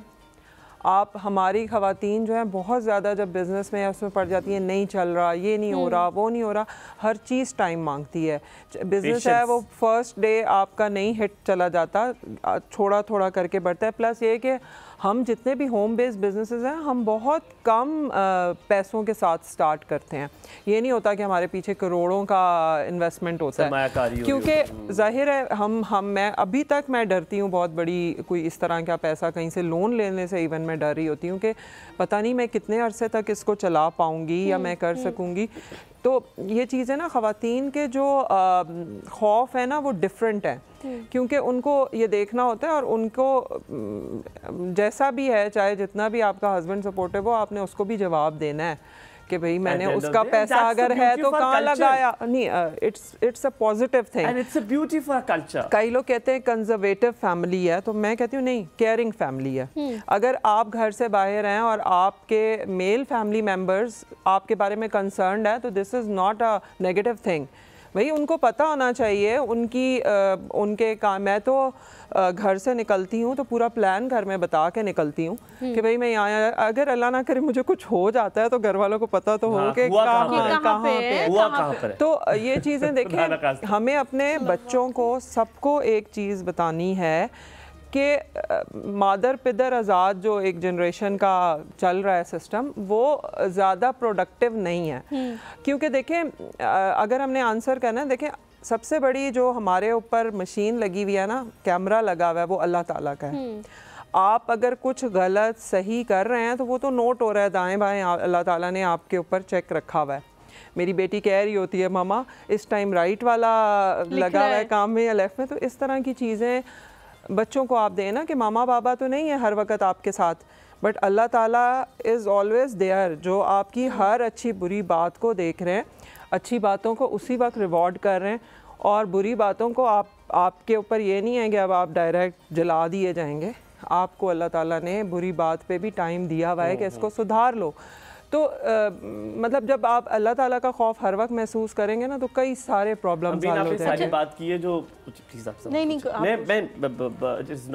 अच्छा, मैंने एक्चुअली ये पूछना था कि वो कॉलर कह रही थी आपसे कांटेक्ट करना हो तो कैसे किया जा सकता है? हमारे जी इंस्टाग्राम का बता दें या कुछ बता दें उनको ताकि वो आपसे इंस्टाग्राम हमारा बहुत एक्टिव है, फेसबुक ग्रुप भी एक्टिव है, ग्रुप भी है हमारा और पेज भी है, तो उधर सारे हमारे नंबर्स भी हैं और आप मैसेंजर पे भी कर सकते हैं। तो आप पेज देखेंगे ना, क्या नाम है वो बता दें। Let's grow together community, let's grow together community. तो उसमें वैसे ही वो इतना एक्टिव है कि उससे ही बड़ी इंस्पिरेशन आपको मिल रही होती है। ओके, और जो ये एग्जीबिशंस वगैरह होती हैं, जो ये स्टॉल्स वगैरह आप लोग लगाते हैं, वो कहाँ लगाते हैं ताकि अगर कोई आना भी चाहे तो आ सके? हमारा इस्लामाबाद विमेन गाला के नाम से इवेंट होता है सालाना, साल में 2 दफ़ा। वो हम 150 प्लस उसमें ख़वातीन एंटरप्रेन्योर हिस्सा लेती हैं और वो पहले हम F9 पार्क में किया करते थे, ठीक है, लेकिन अब इस दफ़ा पाक चाइना फ्रेंडशिप सेंटर में वो लाइंड अप है इंशाल्लाह 9 और 10 दिसंबर को। इसी तरह डिफरेंट उसमें हमारे साल में टोटल 4 इवेंट होते हैं, 2 थोड़े छोटे होते हैं और 2 बड़े लेवल पे होते हैं। तो मकसद ये है, मैं लोगों को ये रियलाइज़ कराना चाहती हूँ कि मेड इन पाकिस्तान पे थोड़ा सा फोकस करें। हम फ़लस्तीन के लिए बाइकआउट करने पे आए हुए हैं ना, तो इस बाइकआउट को जारी रखें। इसका भरपूर फ़ायदा उठाएं, इम्पोर्टेड चीज़ों को निकाल दें, अपनों से ख़रीदें, अपनों से ख़रीदें, अपनों को सपोर्ट करें, अपनों से पाकिस्तान है और पाकिस्तान से हम हैं। हम यहाँ पे कॉलर लेते हैं। कशफ राना हमारे साथ है। कशफ जी अस्सलाम वालेकुम। आज स्कूल वाले ठीक है जी? आज आपके बच्चों के स्कूल वाले ठीक है? आज वहाँ मुशायरे पे गई है, मैंने सुना है। क्या हुआ? वो मेला है, उसका पंजाबी मेला होता है हर साल, तो वो मैं पार्टिसिपेट करती हूँ। तो वो पंजाबी पोइट्री फिर मैंने सुनानी होती, फिर मुझे प्राइज भी मिलता है। कैसा रहा आपका? कौन सा प्राइज मिला? प्राइज बॉन्ड तो नहीं? अभी परसों है, अभी तो वो सर ने मुझे बुलाया था, कहते गजल आप तैयार कर लें। तो अच्छा, तैयार कर लिया आपने फिर? अच्छा, आपसे एक छोटा सा मशवरा है, आप बुरा ना मनाइएगा, मैं किसी की दिल आजारी नहीं करना चाहता, लेकिन मामू की कोई गजल ना लेके जाए अगर आप जीतना चाहती हैं तो। नहीं, मामू फनी नहीं लिखते, मामू संजीदा लिखते हैं, मैं फनी लिखती हूं। मामू संजीदा भी चले, कोई नहीं, ठीक है। आप कुछ सुनाएं फिर, आज आपने क्या तैयार किया, जरा कुछ हमें भी सुनाएं। वो मैंने 9 सस की लड़ाई तैयार की है, वो सर को बड़ी पसंद आई। सर कहते ठीक है, वो औरतों की हार्ट टचिंग है वैसे भी तो। सर औरतों की हार्ट टचिंग है, गजल औरतों की हार्ट टचिंग है। यार आप क्या कर रहे हो? नहीं मतलब वो फैमिली शो है ये। हाँ जी, वो है 9, वो सस कहती है 9 से 9 मेरी ने जादू कीता, मुंडा मेरा काबू कीता। एक दिन सारे दोवें आए, आके उन्हें तवीज पलाए। ओए होए, अच्छा, वो जैसे हमारे माशरे का अलमिया है ना, आती है जी, आती है। राना साहब ने पिए होंगे जी। बुढ़ी अगे चुप कर रहिंदा, मेरे गाले टुट के पैंदा, मेरे कोलों खर्चा मंगे, मेरे कोलों खर्चा मंगे, भैणा नूं ना चंगा समझे। अपनी हमसाइयों से कहती सखियों मैनू कोई पीर मिलाओ, 9 तो मेरी जान छड़ाओ। एक गवांडन सोचे पै गई, बेरी वाले बाबे को लै गई। बाबा जी मेरे घर वाल नसो, मैनू हुण कोई तोड़ ते दसो। 9 मेरी मेरे नाल लड़दी, मेरे तो भी नहीं भोरा भी डरदी। बाबा जी फिर घर नूं आए, चारों पासे नजर दौड़ाए। बाबा जी फिर ए फरमाए, 9 तेरी ने काले पाए। कहता काला जादू कट गया 9। ठीक है, ठीक है। पुत तेरे दे जान नूं खतरा, देना पैना काला बकरा। अच्छा, 9 ने देखा, 9 ने पाया पिट स्यापा, देख के बोली ओही बाबा। 9 भी उस बाबे पे जाती थी। फिर मैनू कहता कम तेरा हो जाऊ, सस तेरी तो सुत्ती सो जाऊ। 9 को ऐसे कह दिया उसने। ठीक है। मैनू कहता कम तेरा हो जाऊ, सस तेरी ते सुत्ती सो जाऊ। 9 सस दोवें झाड़े पल्ले, बाबा जी फिर रह गए कल्ले। कह के उथों एसी चले, खिसकन लगे बाबा जी हुणी। कह के उथों एसी चले, घर च मेरे बच्चे कल्ले। 9 सस दोवें ला ली जुत्ती, बाबा जी दी फिर लत्त सी टुट्टी। 9 फिर सस को रोंदी आई, आके सस नूं जफ्फी पाई, भावें कम अजाफी दे दो। सास को कहती है भावें कम अजाफी दे दो अम्मी जी मेरे माफी दे दो। भावें कम अजाफी दे दो अम्मी जी मेरे माफी दे दो।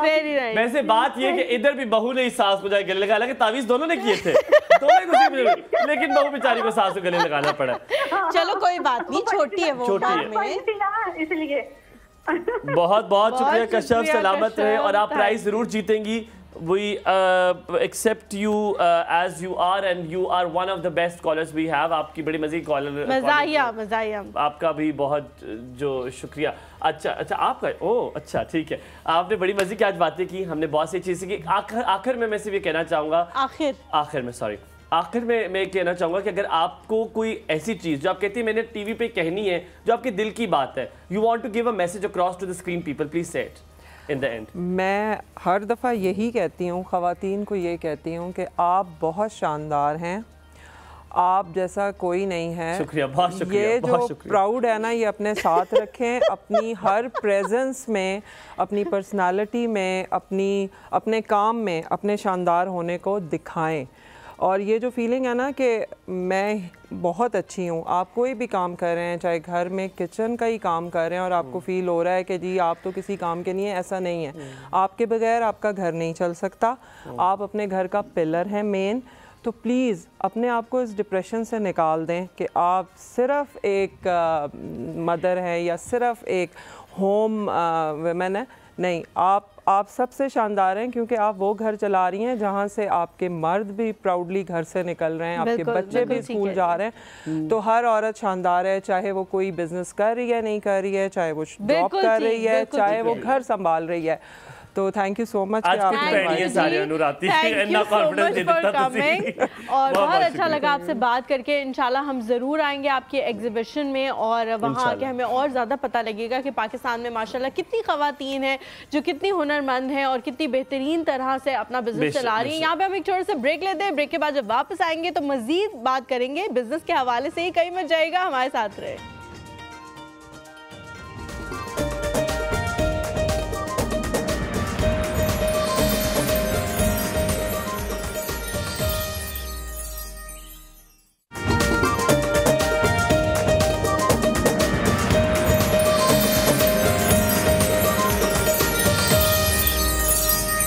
Welcome back to the show. आप लोगों को पता है कि आज सुबह से बिज़नेस के हवाले से बात करें। बिज़नेस के हवाले से बात करना सबसे ज़्यादा ज़रूरी हुमायूं इस वजह से है कि हम जिनके बारे में बहुत फ़ख्र महसूस करते हैं ना कि पाकिस्तान की 60% आबादी जो है वो यंग लोगों पे मुश्तमिल है, यंग पीपल जो है वो उसका हिस्सा है।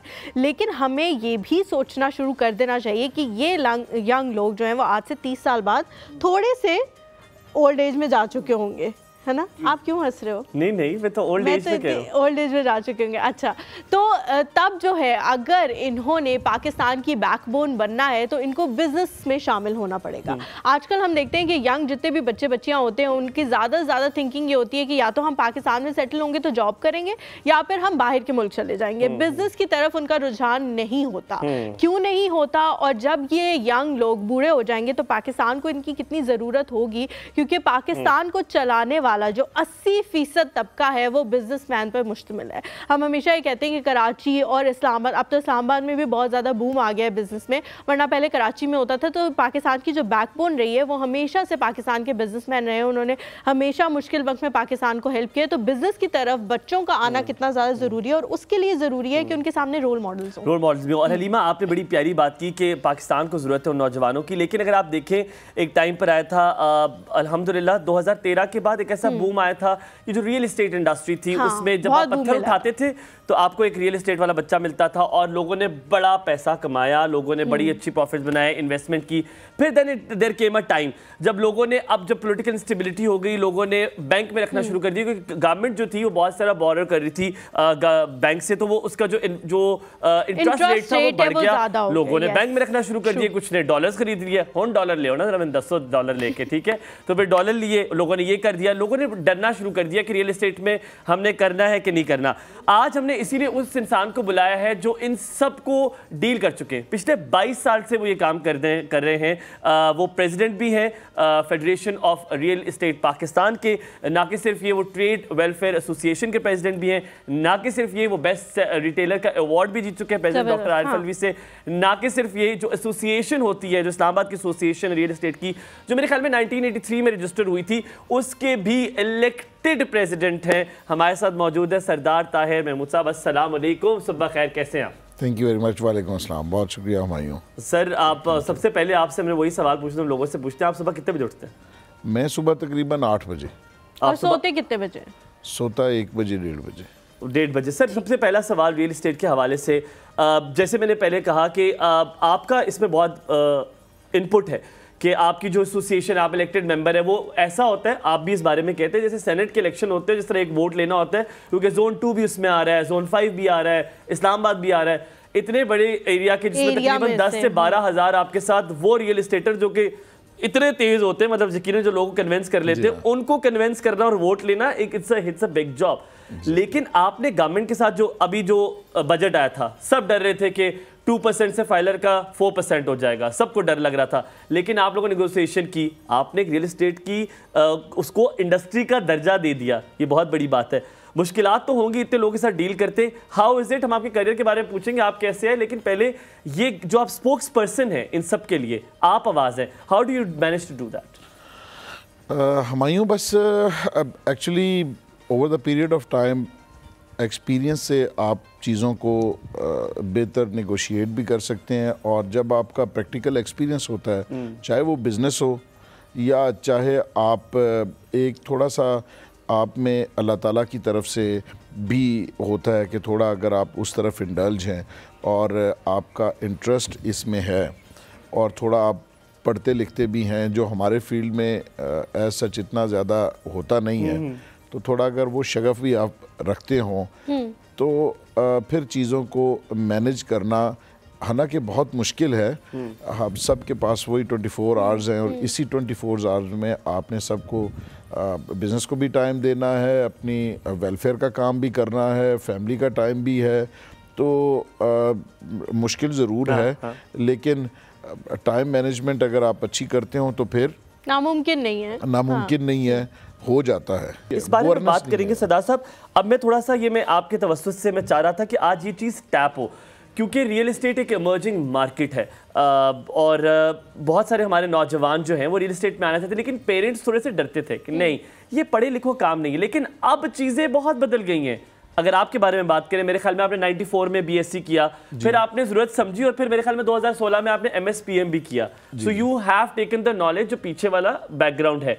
आज भी आपके पास जो रियल्टर्स हैं, जिसके आप प्रेसिडेंट भी हैं, अब बड़े पढ़े लिखे लोग इस चीज़ में आकर बहुत प्रॉफिट कमा रहे हैं, इंडस्ट्री बड़ी बेहतरीन है। मैं चाहूँगा जो नौजवान आज आपको देख रहा है उसके लिए अब इस इंडस्ट्री में आना बेहतरीन है, क्योंकि अब चीज़ें बहुत बदल गई हैं real estate industry. Exactly. Humayun, पिछले 8 से 10 साल में बड़ा रेवोल्यूशन आया है रियल एस्टेट की इंडस्ट्री में।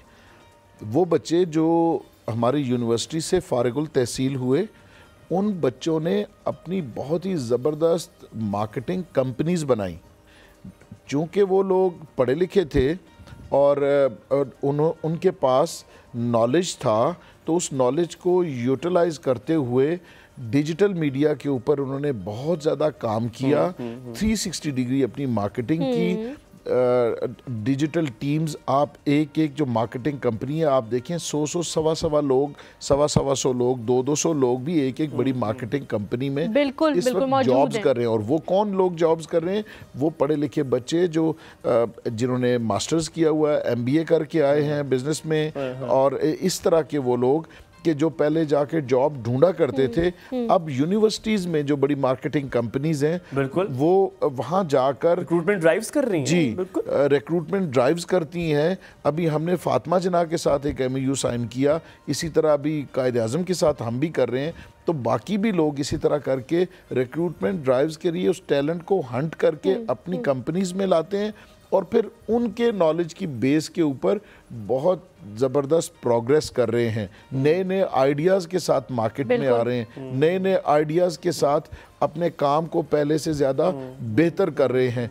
तो ये जो पिछले 10 साल हैं इसमें एक रेवोल्यूशन आया। अब हर शख्स ये चाहता है कि जो ज़्यादा पैसा है वो ये रियल एस्टेट की इंडस्ट्री में है, तो मैं किसी ना किसी तरीके से इसके साथ एफिलिएट होके इसके ऊपर काम करके तो मैं अनप्रेसिडेंटेड सक्सेस जो है वो मैं ले सकता हूँ। अच्छा सरदार साहब, आपने कहा कि पिछले 10 साल में बहुत ज़्यादा रेवोल्यूशन आया है। हुमायूं ने जो सवाल किया बच्चों के हवाले से कि पढ़े लिखे लोग आ रहे हैं, वो भी बहुत ज़्यादा वैलिड क्वेश्चन है। पहले हम लोग देखते थे कि जो बंदा बाहर मौजूद है पाकिस्तानी, वो रियल स्टेट में इन्वेस्ट नहीं करता था क्योंकि उसको लगता था कि मेरे पैसे जो है ना ये इस पर डूब जाएंगे, इसके ऊपर कोई कब्जा हो जाएगा, कोई कुछ हो जाएगा। फिर बहुत सारी हुकूमतें आई, उन्होंने बहुत यकीन दिलाया कि भाई आप इस बिज़नेस में इन्वेस्ट करें, यहाँ पे अब बहुत अच्छे, बहुत काबिल, बहुत पढ़े लिखे लोग हैं जो आपके पैसे को बहुत ईमानदारी से इस्तेमाल करेंगे। तो हमने देखा कि बाहर से लोग बहुत ज़्यादा यहाँ पे इन्वेस्ट करना शुरू हो गए। उनको क्या चाहिए था? सिक्योरिटी चाहिए थी जो हुकूमत ने उनको दी। अब वो कहाँ पे स्टैंड कर रहे हैं? अब हुकूमत की पॉलिसीज़ क्या हैं उसके बारे में थोड़ा बताएं, ताकि अगर कोई बंदा अभी भी बाहर मौजूद है तो जो यहाँ पे अपना छोटा सा घर बनाना चाहता है, उसको किराए पे देना चाहता है ताकि एक एडिशनल इनकम हो जाए, तो ये इंडस्ट्री जो है इस वक्त इसको हुकूमत की कितनी सपोर्ट हासिल है और पॉलिसीज़ में नई नई चीज़ें किस तरह से डेवलप होती हैं? देखिए, सबसे जो आपकी आखिरी बात है उसको मैं पहले थोड़ा सा आंसर करना चाहूँगा। गवर्नमेंट की तरफ से अगर देखा जाए तो एज सच कोई सपोर्ट नहीं है, क्योंकि जो पॉलिसीज़ बनती हैं वो without taking stakeholders on board बनती हैं। तो हमेशा जब भी पॉलिसी बनेगी और स्टेक होल्डर्स उस पॉलिसी का पार्ट नहीं होंगे तो ज़रूर फ्लॉज रह जाएंगे उसमें। इसमें लाइकली है कि उसमें फ्लॉज रह जाएं, और जो जिसकी वजह से हम ये देख रहे हैं हमारे पास जो लोग इन्वेस्टमेंट के लिए आ रहे हैं या हमारी मार्केट जो प्रोग्रेस कर रही है, उसकी वजह यह है कि हम 25 करोड़ आबादी का मुल्क हैं। हमारी जो रियल स्टेट है वो वाकई रियल स्टेट है।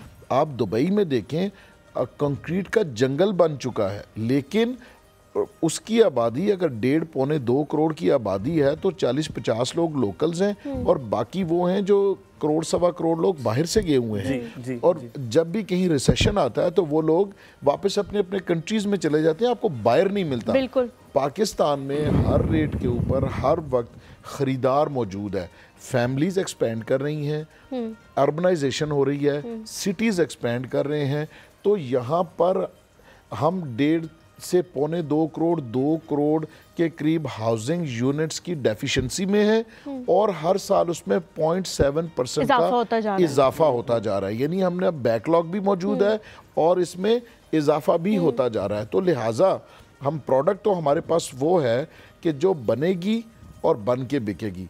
अब आपने ये देखना है कि जो हमारे एक्सपर्ट्स हैं, पहले ये हुआ करता था कि जो हमारे कवानीन थे उनमें सुकम था बहुत ज़्यादा। कोई भी शख्स आता था, कोई भी चीज़ लॉन्च करता था, मार्केट से पैसा ग्रैब करता था और वो अपना उसके पास चूँकि कॉम्पिटेंसी नहीं होती थी तो वो सक्सेसफुल नहीं होता था।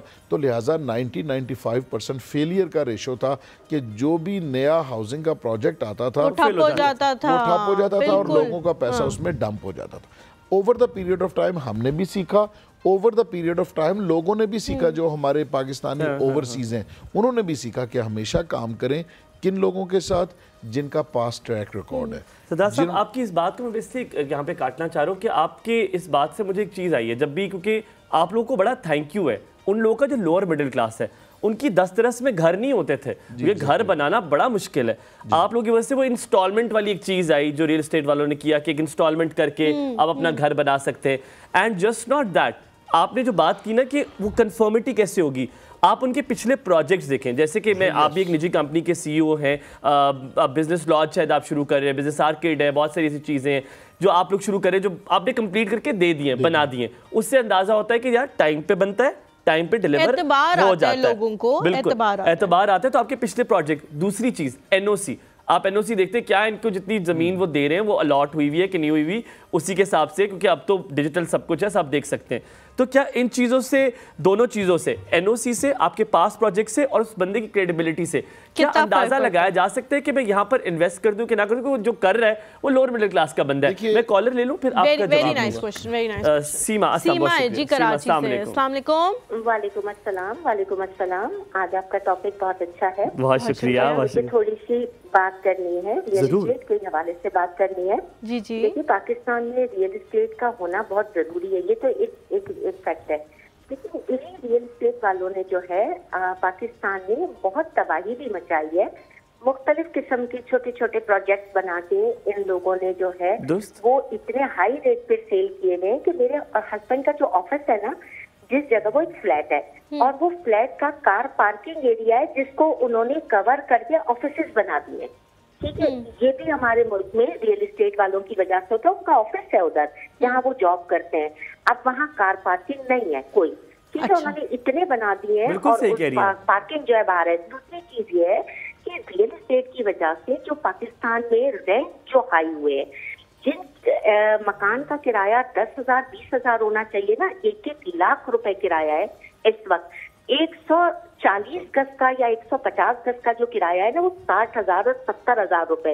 एक मिडिल क्लास आदमी ना इस वक्त मकान ले सकता है, ना वो इतना रेंट अफोर्ड कर सकता है। सबसे बड़ी बात यह है, सबसे बड़ी बात यह है कि अगर हम कोई आर्ग्यूमेंट करते हैं तो आगे से कहते हैं कि जो ओनर है ना, उनके राइट्स पाकिस्तान में बहुत ज्यादा है, टेनेंट के नहीं है। तो ये इसको कौन सेट करेगा कि टेनेंट्स के भी कुछ राइट्स है, और ये खास तौर पे रेंट का जो लेवल है वो कब कम होगा पाकिस्तान में? बिल्कुल ठीक है। सीमा जी, मैंने आपने सवाल बहुत अच्छा पूछा है। मुझे लगता है कि सरदार साहब को मैं देख रहा था, शायद वो अपनी कंपनी में आपको हायर कर लेंगे।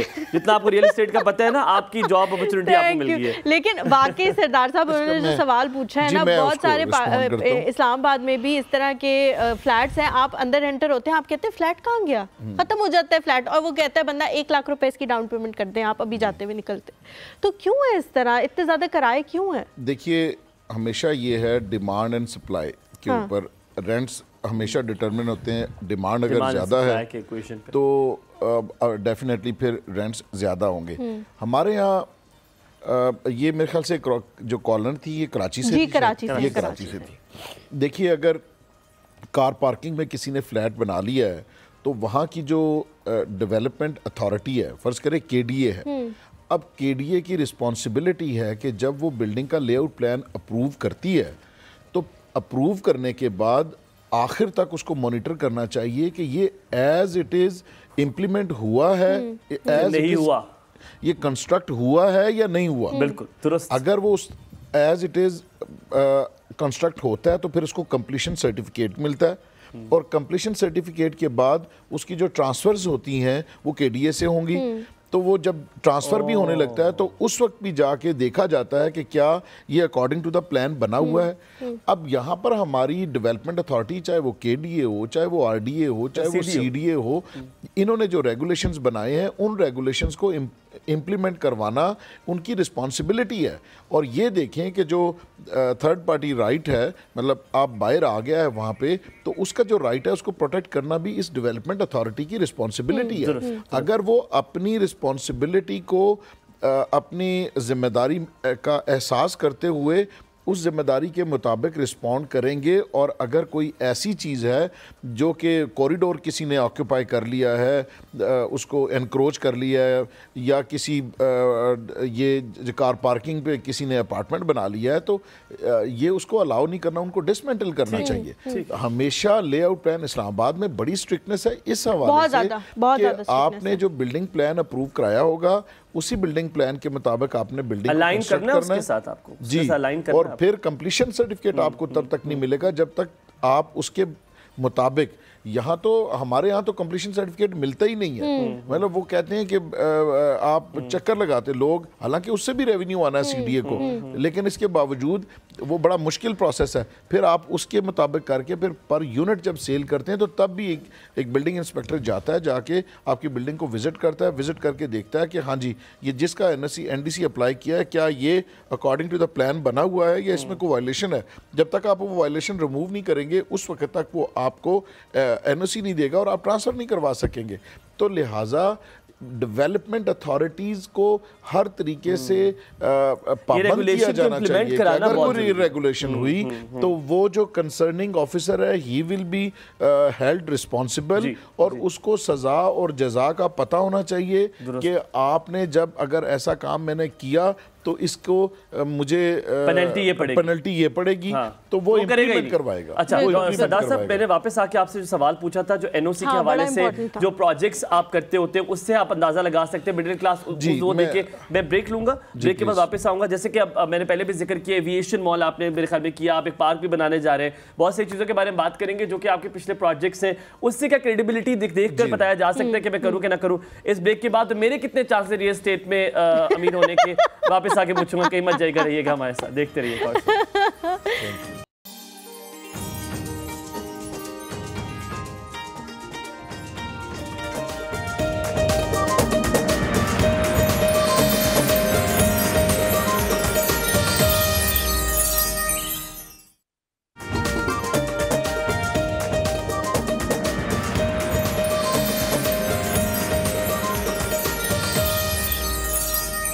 जी वेलकम बैक आफ्टर ब्रेक। और हम कुछ उनसे कस्में ले रहे थे कि उन्होंने आगे क्या करना है हमें हलीमा के साथ। आपके सर पे हाथ रखा, सर पे हाथ। कॉलेज बहुत सारे आ रहे, जल्दी से मेरे सवाल का जवाब दे दें। जो क्रेडिबिलिटी होती है जी बिल्कुल पिछले प्रोजेक्ट एनओसी से देखी जा सकती है। देखिए जो भी आप जिस जगह पे भी इन्वेस्टमेंट करने के लिए जा रहे हैं आपको चाहिए कि आप उसकी ड्यू डिलिजेंस कर लें। अब ड्यू डिलिजेंस आपने किस तरह करनी है, आप ये देखें कि जो भी प्रोजेक्ट है क्या उसका रेलेवेंट अथॉरिटी से एनओसी का प्रोसेस कंप्लीट है, क्या उस डेवलपर के पास्ट के जो प्रोजेक्ट्स हैं वो डिलीवर हुए हैं, और फिर जो डिलीवर हुए हैं वहाँ पे जो लोग रह रहे हैं, मतलब अगर हाउसिंग का प्रोजेक्ट है तो उस हाउसिंग प्रोजेक्ट के अंदर जितने लोग रह रहे हैं क्या वो सेटिस्फाइड हैं, क्या वहाँ पे तमाम एमिनिटीज़ और हर चीज़ का ख्याल रखा जाता है। तो ये आप आजकल वेबसाइट के ऊपर हर चीज़ अवेलेबल है। आप सीडीए का पे एनओसी देखना है तो सीडीए की वेबसाइट है, किस को मिली हुई है, किस को मिली हुई है। आपने आरडीए, इसी तरह एलडीए, केडीए, जहाँ पे भी आप देखें तो आपको पता चल जाएगा। तो इससे आपको ये अंदाजा होगा कि मुझे यहाँ पर इन्वेस्टमेंट करनी चाहिए या नहीं करनी चाहिए। कॉलर हमारे साथ, कॉलर हैं जी याहिया। अस्सलाम वालेकुम याहिया।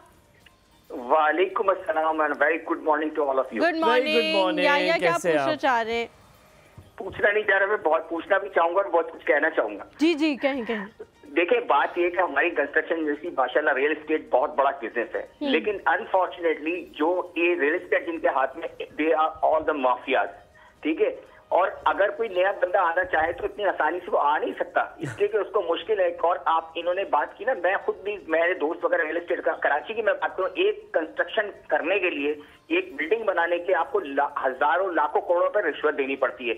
उसकी वजह क्या, अप्रूवल्स नहीं मिलती आपको जब तक आप रिश्वत देते हैं। सबसे बड़ी मुश्किल ये, क्योंकि एक अगर आदमी काम करना चाहे, अगर शराफत से, जैसे बैठे में पढ़े लिखे लोग हैं, मैं चाहता हूँ कि बहुत ईमानदारी से काम करूँ, अच्छी कंस्ट्रक्शन करूँ, अगर मैं रिश्वत में आधे पैसे अपने दे दूं तो how can make a good, मैं कैसे अपने बिल्डिंग पे अच्छा मटेरियल लगा सकूंगा। अल्टीमेटली मैं उसमें से चीजें चोरी करूंगा और गड़बड़ करूंगा, और इसीलिए फिर बिल्डिंगें गिरती भी हैं। और ये भी एक तो ये, दूसरी बात है कि आपने बिल्कुल अच्छी बात है, नौजवान रियल एस्टेट में आना चाहते हैं और काम करना चाहते हैं, लेकिन वही मैं कहूंगा कि अब जैसे बहुत सारे लोग हमारे एक बड़ी टाउनशिप में काम करने गए, लेकिन क्योंकि वहाँ गेम चल रहे होते हैं रियल एस्टेट वालों के, वो बेचारे घुसते हैं और उसके बाद पता चला डाउन एकदम नीचे गिर जाते हैं, कुछ सस्टेनेबिलिटी नजर नहीं आती। एक तो ये, लेकिन जो मेरा मेन क्वेश्चन है वो ये, इनसे क्योंकि कंस्ट्रक्शन काम करते हैं, देखिए पार्टी के दुनिया भर में प्री फैब्रिकेटेड हाउस का सिस्टम चल रहा है, हमारे यहाँ कंस्ट्रक्शन फॉर्म बहुत महंगी हो चुकी है। मैं 120 गज के घर में इस वक्त रहता हूँ, यहाँ 2 करोड़ रुपए से कम का मकान नहीं है जो पुराना है।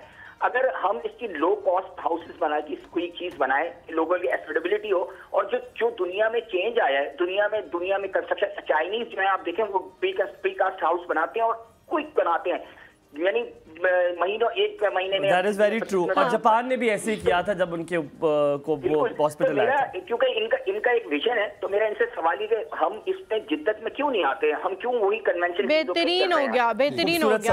थैंक यू सो मच आइया फॉर कॉलिंग। टेक्नोलॉजी क्यों नहीं टच किया जा रहा? देखिए वो भी है, दूसरा इन्होंने लो कॉस्ट हाउसिंग की बात की है, तो सर माजर के साथ आपने जवाब बड़ी जल्दी देना होगा, कॉलर्स की लाइन लगी हुई है, आपसे बहुत कुछ पूछना चाहते हैं। फाटा है, Punjab housing and town planning authority है, वो बनाई है। उसमें ये है कि आपने उसमें एक तो लोगों को फैसिलिटेट किया गया है, वो लोग जो हर एक जिस डेवलपर ने 20% कोटा लो कॉस्ट हाउसिंग का रखना है वो गवर्नमेंट ऑफ पाकिस्तान को देंगे और वो थ्रू बैलेटिंग लोगों को वो प्रोडक्ट्स ऑफ़र करेंगे, घर भी प्लॉट्स भी कम पैसों में।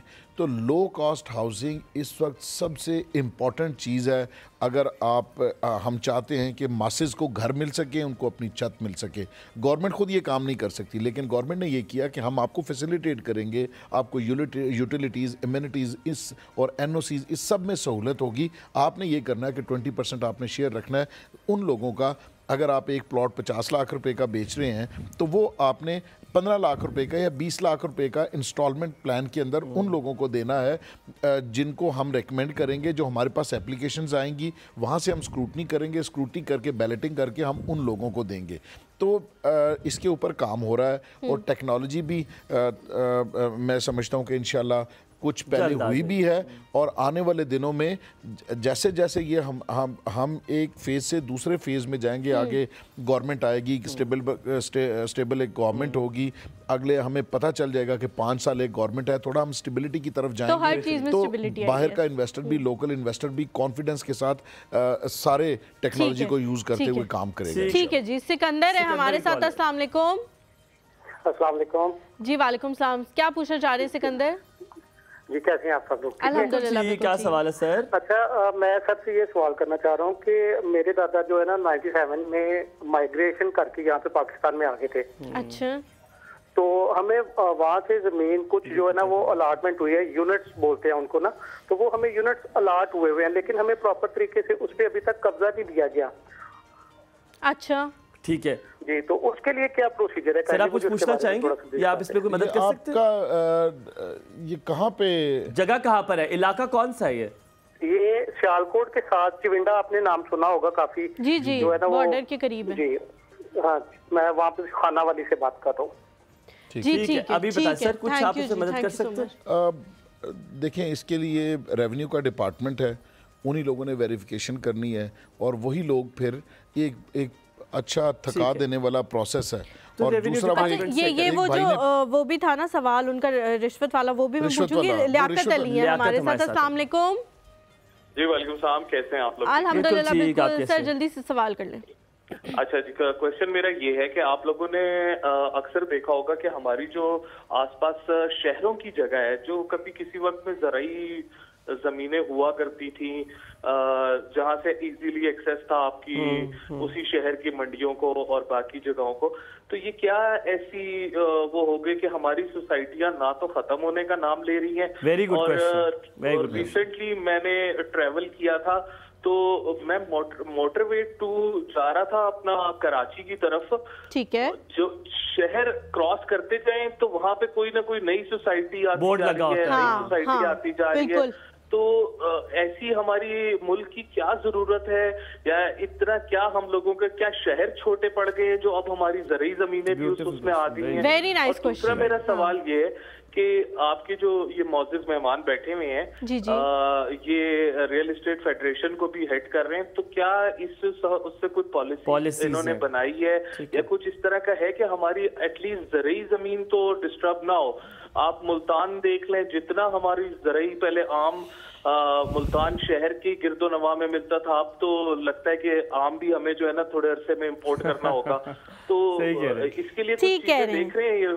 लियाकत, बहुत अच्छा सवाल आपने पूछा और आप कॉल किया करें, बड़ा अच्छा सवाल। सर आपने सवालों के पहले जाली उसका कि वो जो पैसे देने पड़ते हैं, रिश्वत देनी पड़ती है। अच्छा, कॉल कराची से थी तो हमायूं मैं आप बताएं, इन दोस्तों को ये बताइए कि जितने हम ईमानदार पुलिस में के महकमे में हैं जी, जितने हम वापडा वाले हैं, जितने जिस भी फील्ड दूध वाला जितना ईमानदार है, इसी तरह हर फील्ड के अंदर वो उतना पोर्शन रखते हैं। सर आप जो है ना इतना सच मत बोले, ठीक है? हम आगे भी प्रोग्राम, कौन सा ऐसा महकमा है जिसको एक मोटरवे पुलिस को आप थोड़ा सा छोड़ दें?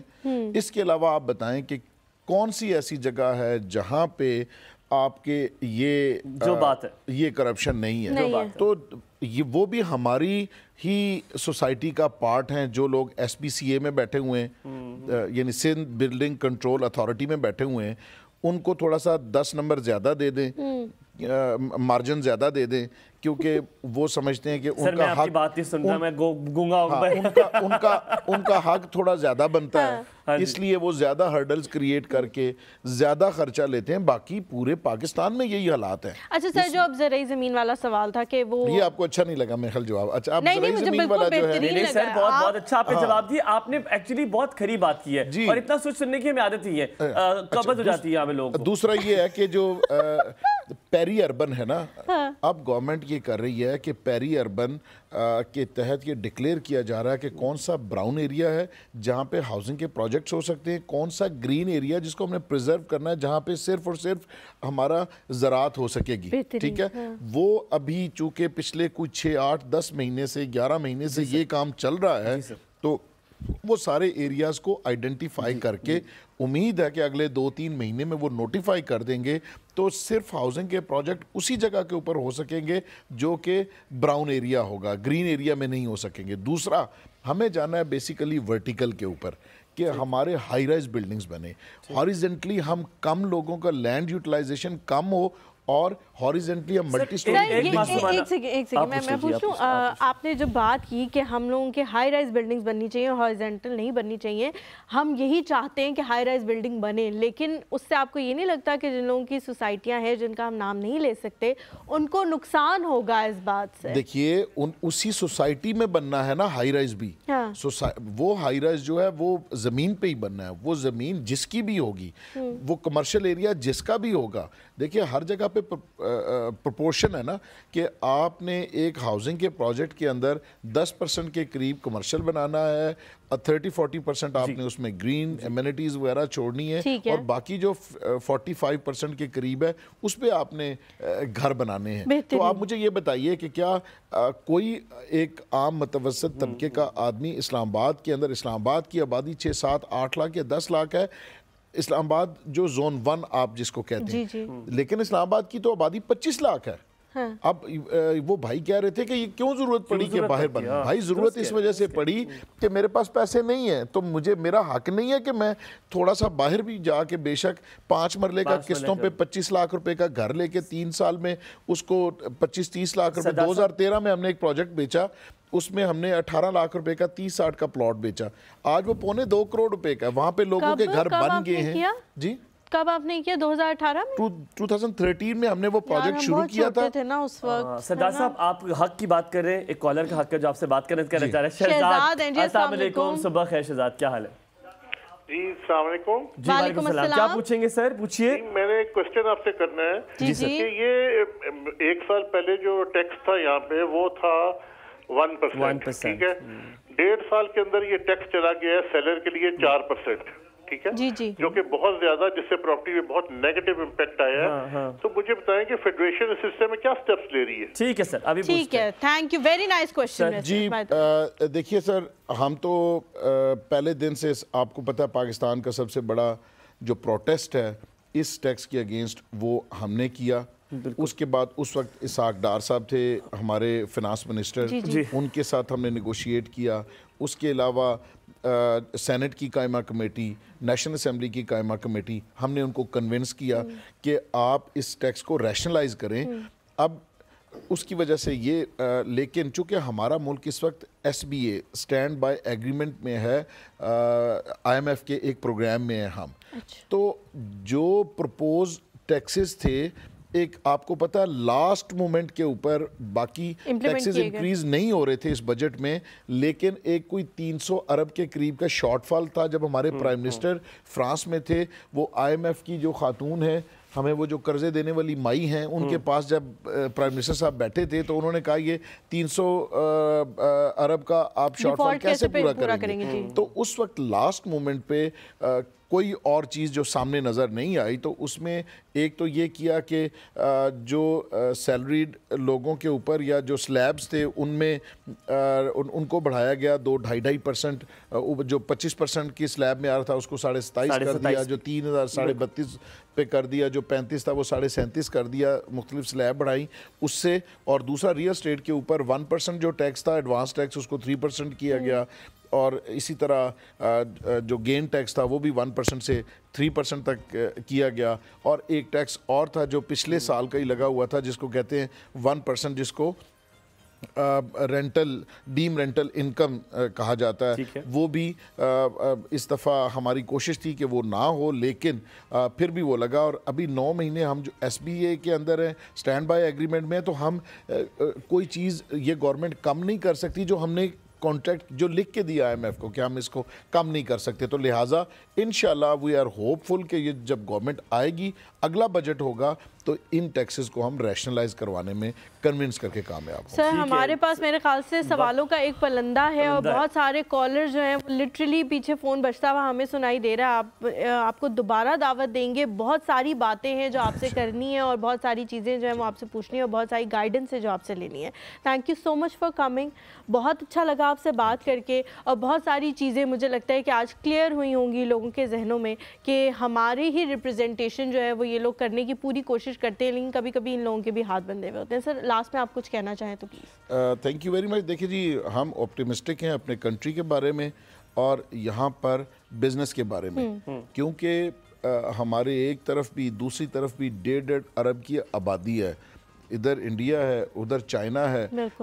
तो हम वो हमारे मेंटोर हैं कहा करते हैं कि अगर एक सुई भी बनाएं तो हमें 3 अरब सुइयाँ हमारी बिक सकती हैं। तो वी आर ऑप्टिमिस्टिक। अगर गवर्नेंस का इशू हमारा ठीक हो जाए तो हम बिज़नेस में बड़ा फ्लरिश कर सकते हैं। हमारे देखिए, अगर चाइना में आप जाएं तो एक जो छोटा सा तहसील काउंसिल जिसको कहते हैं, उसमें भी 85 मंजिला बिल्डिंग्स बन रही हैं। तो यहाँ पर तहसील के बाद यूनियन काउंसिल है, यूनियन काउंसिल के बाद डिस्ट्रिक्ट काउंसिल के बाद आप मेट्रोपॉलिटन सिटीज़ हैं।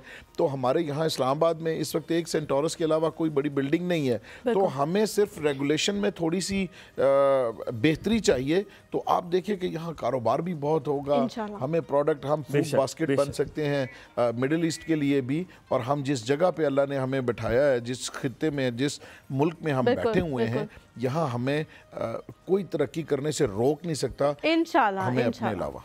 थैंक यू जी, thank you so much sir for coming. हम लोग जी यहाँ पे आप लोगों से इजाज़त लेते हैं। कल आप लोगों से मुलाकात करेंगे फ्राइडे को। अपना अपने वालिदैन का बहुत ज़्यादा ख्याल रखें। अल्लाह हाफ़िज़।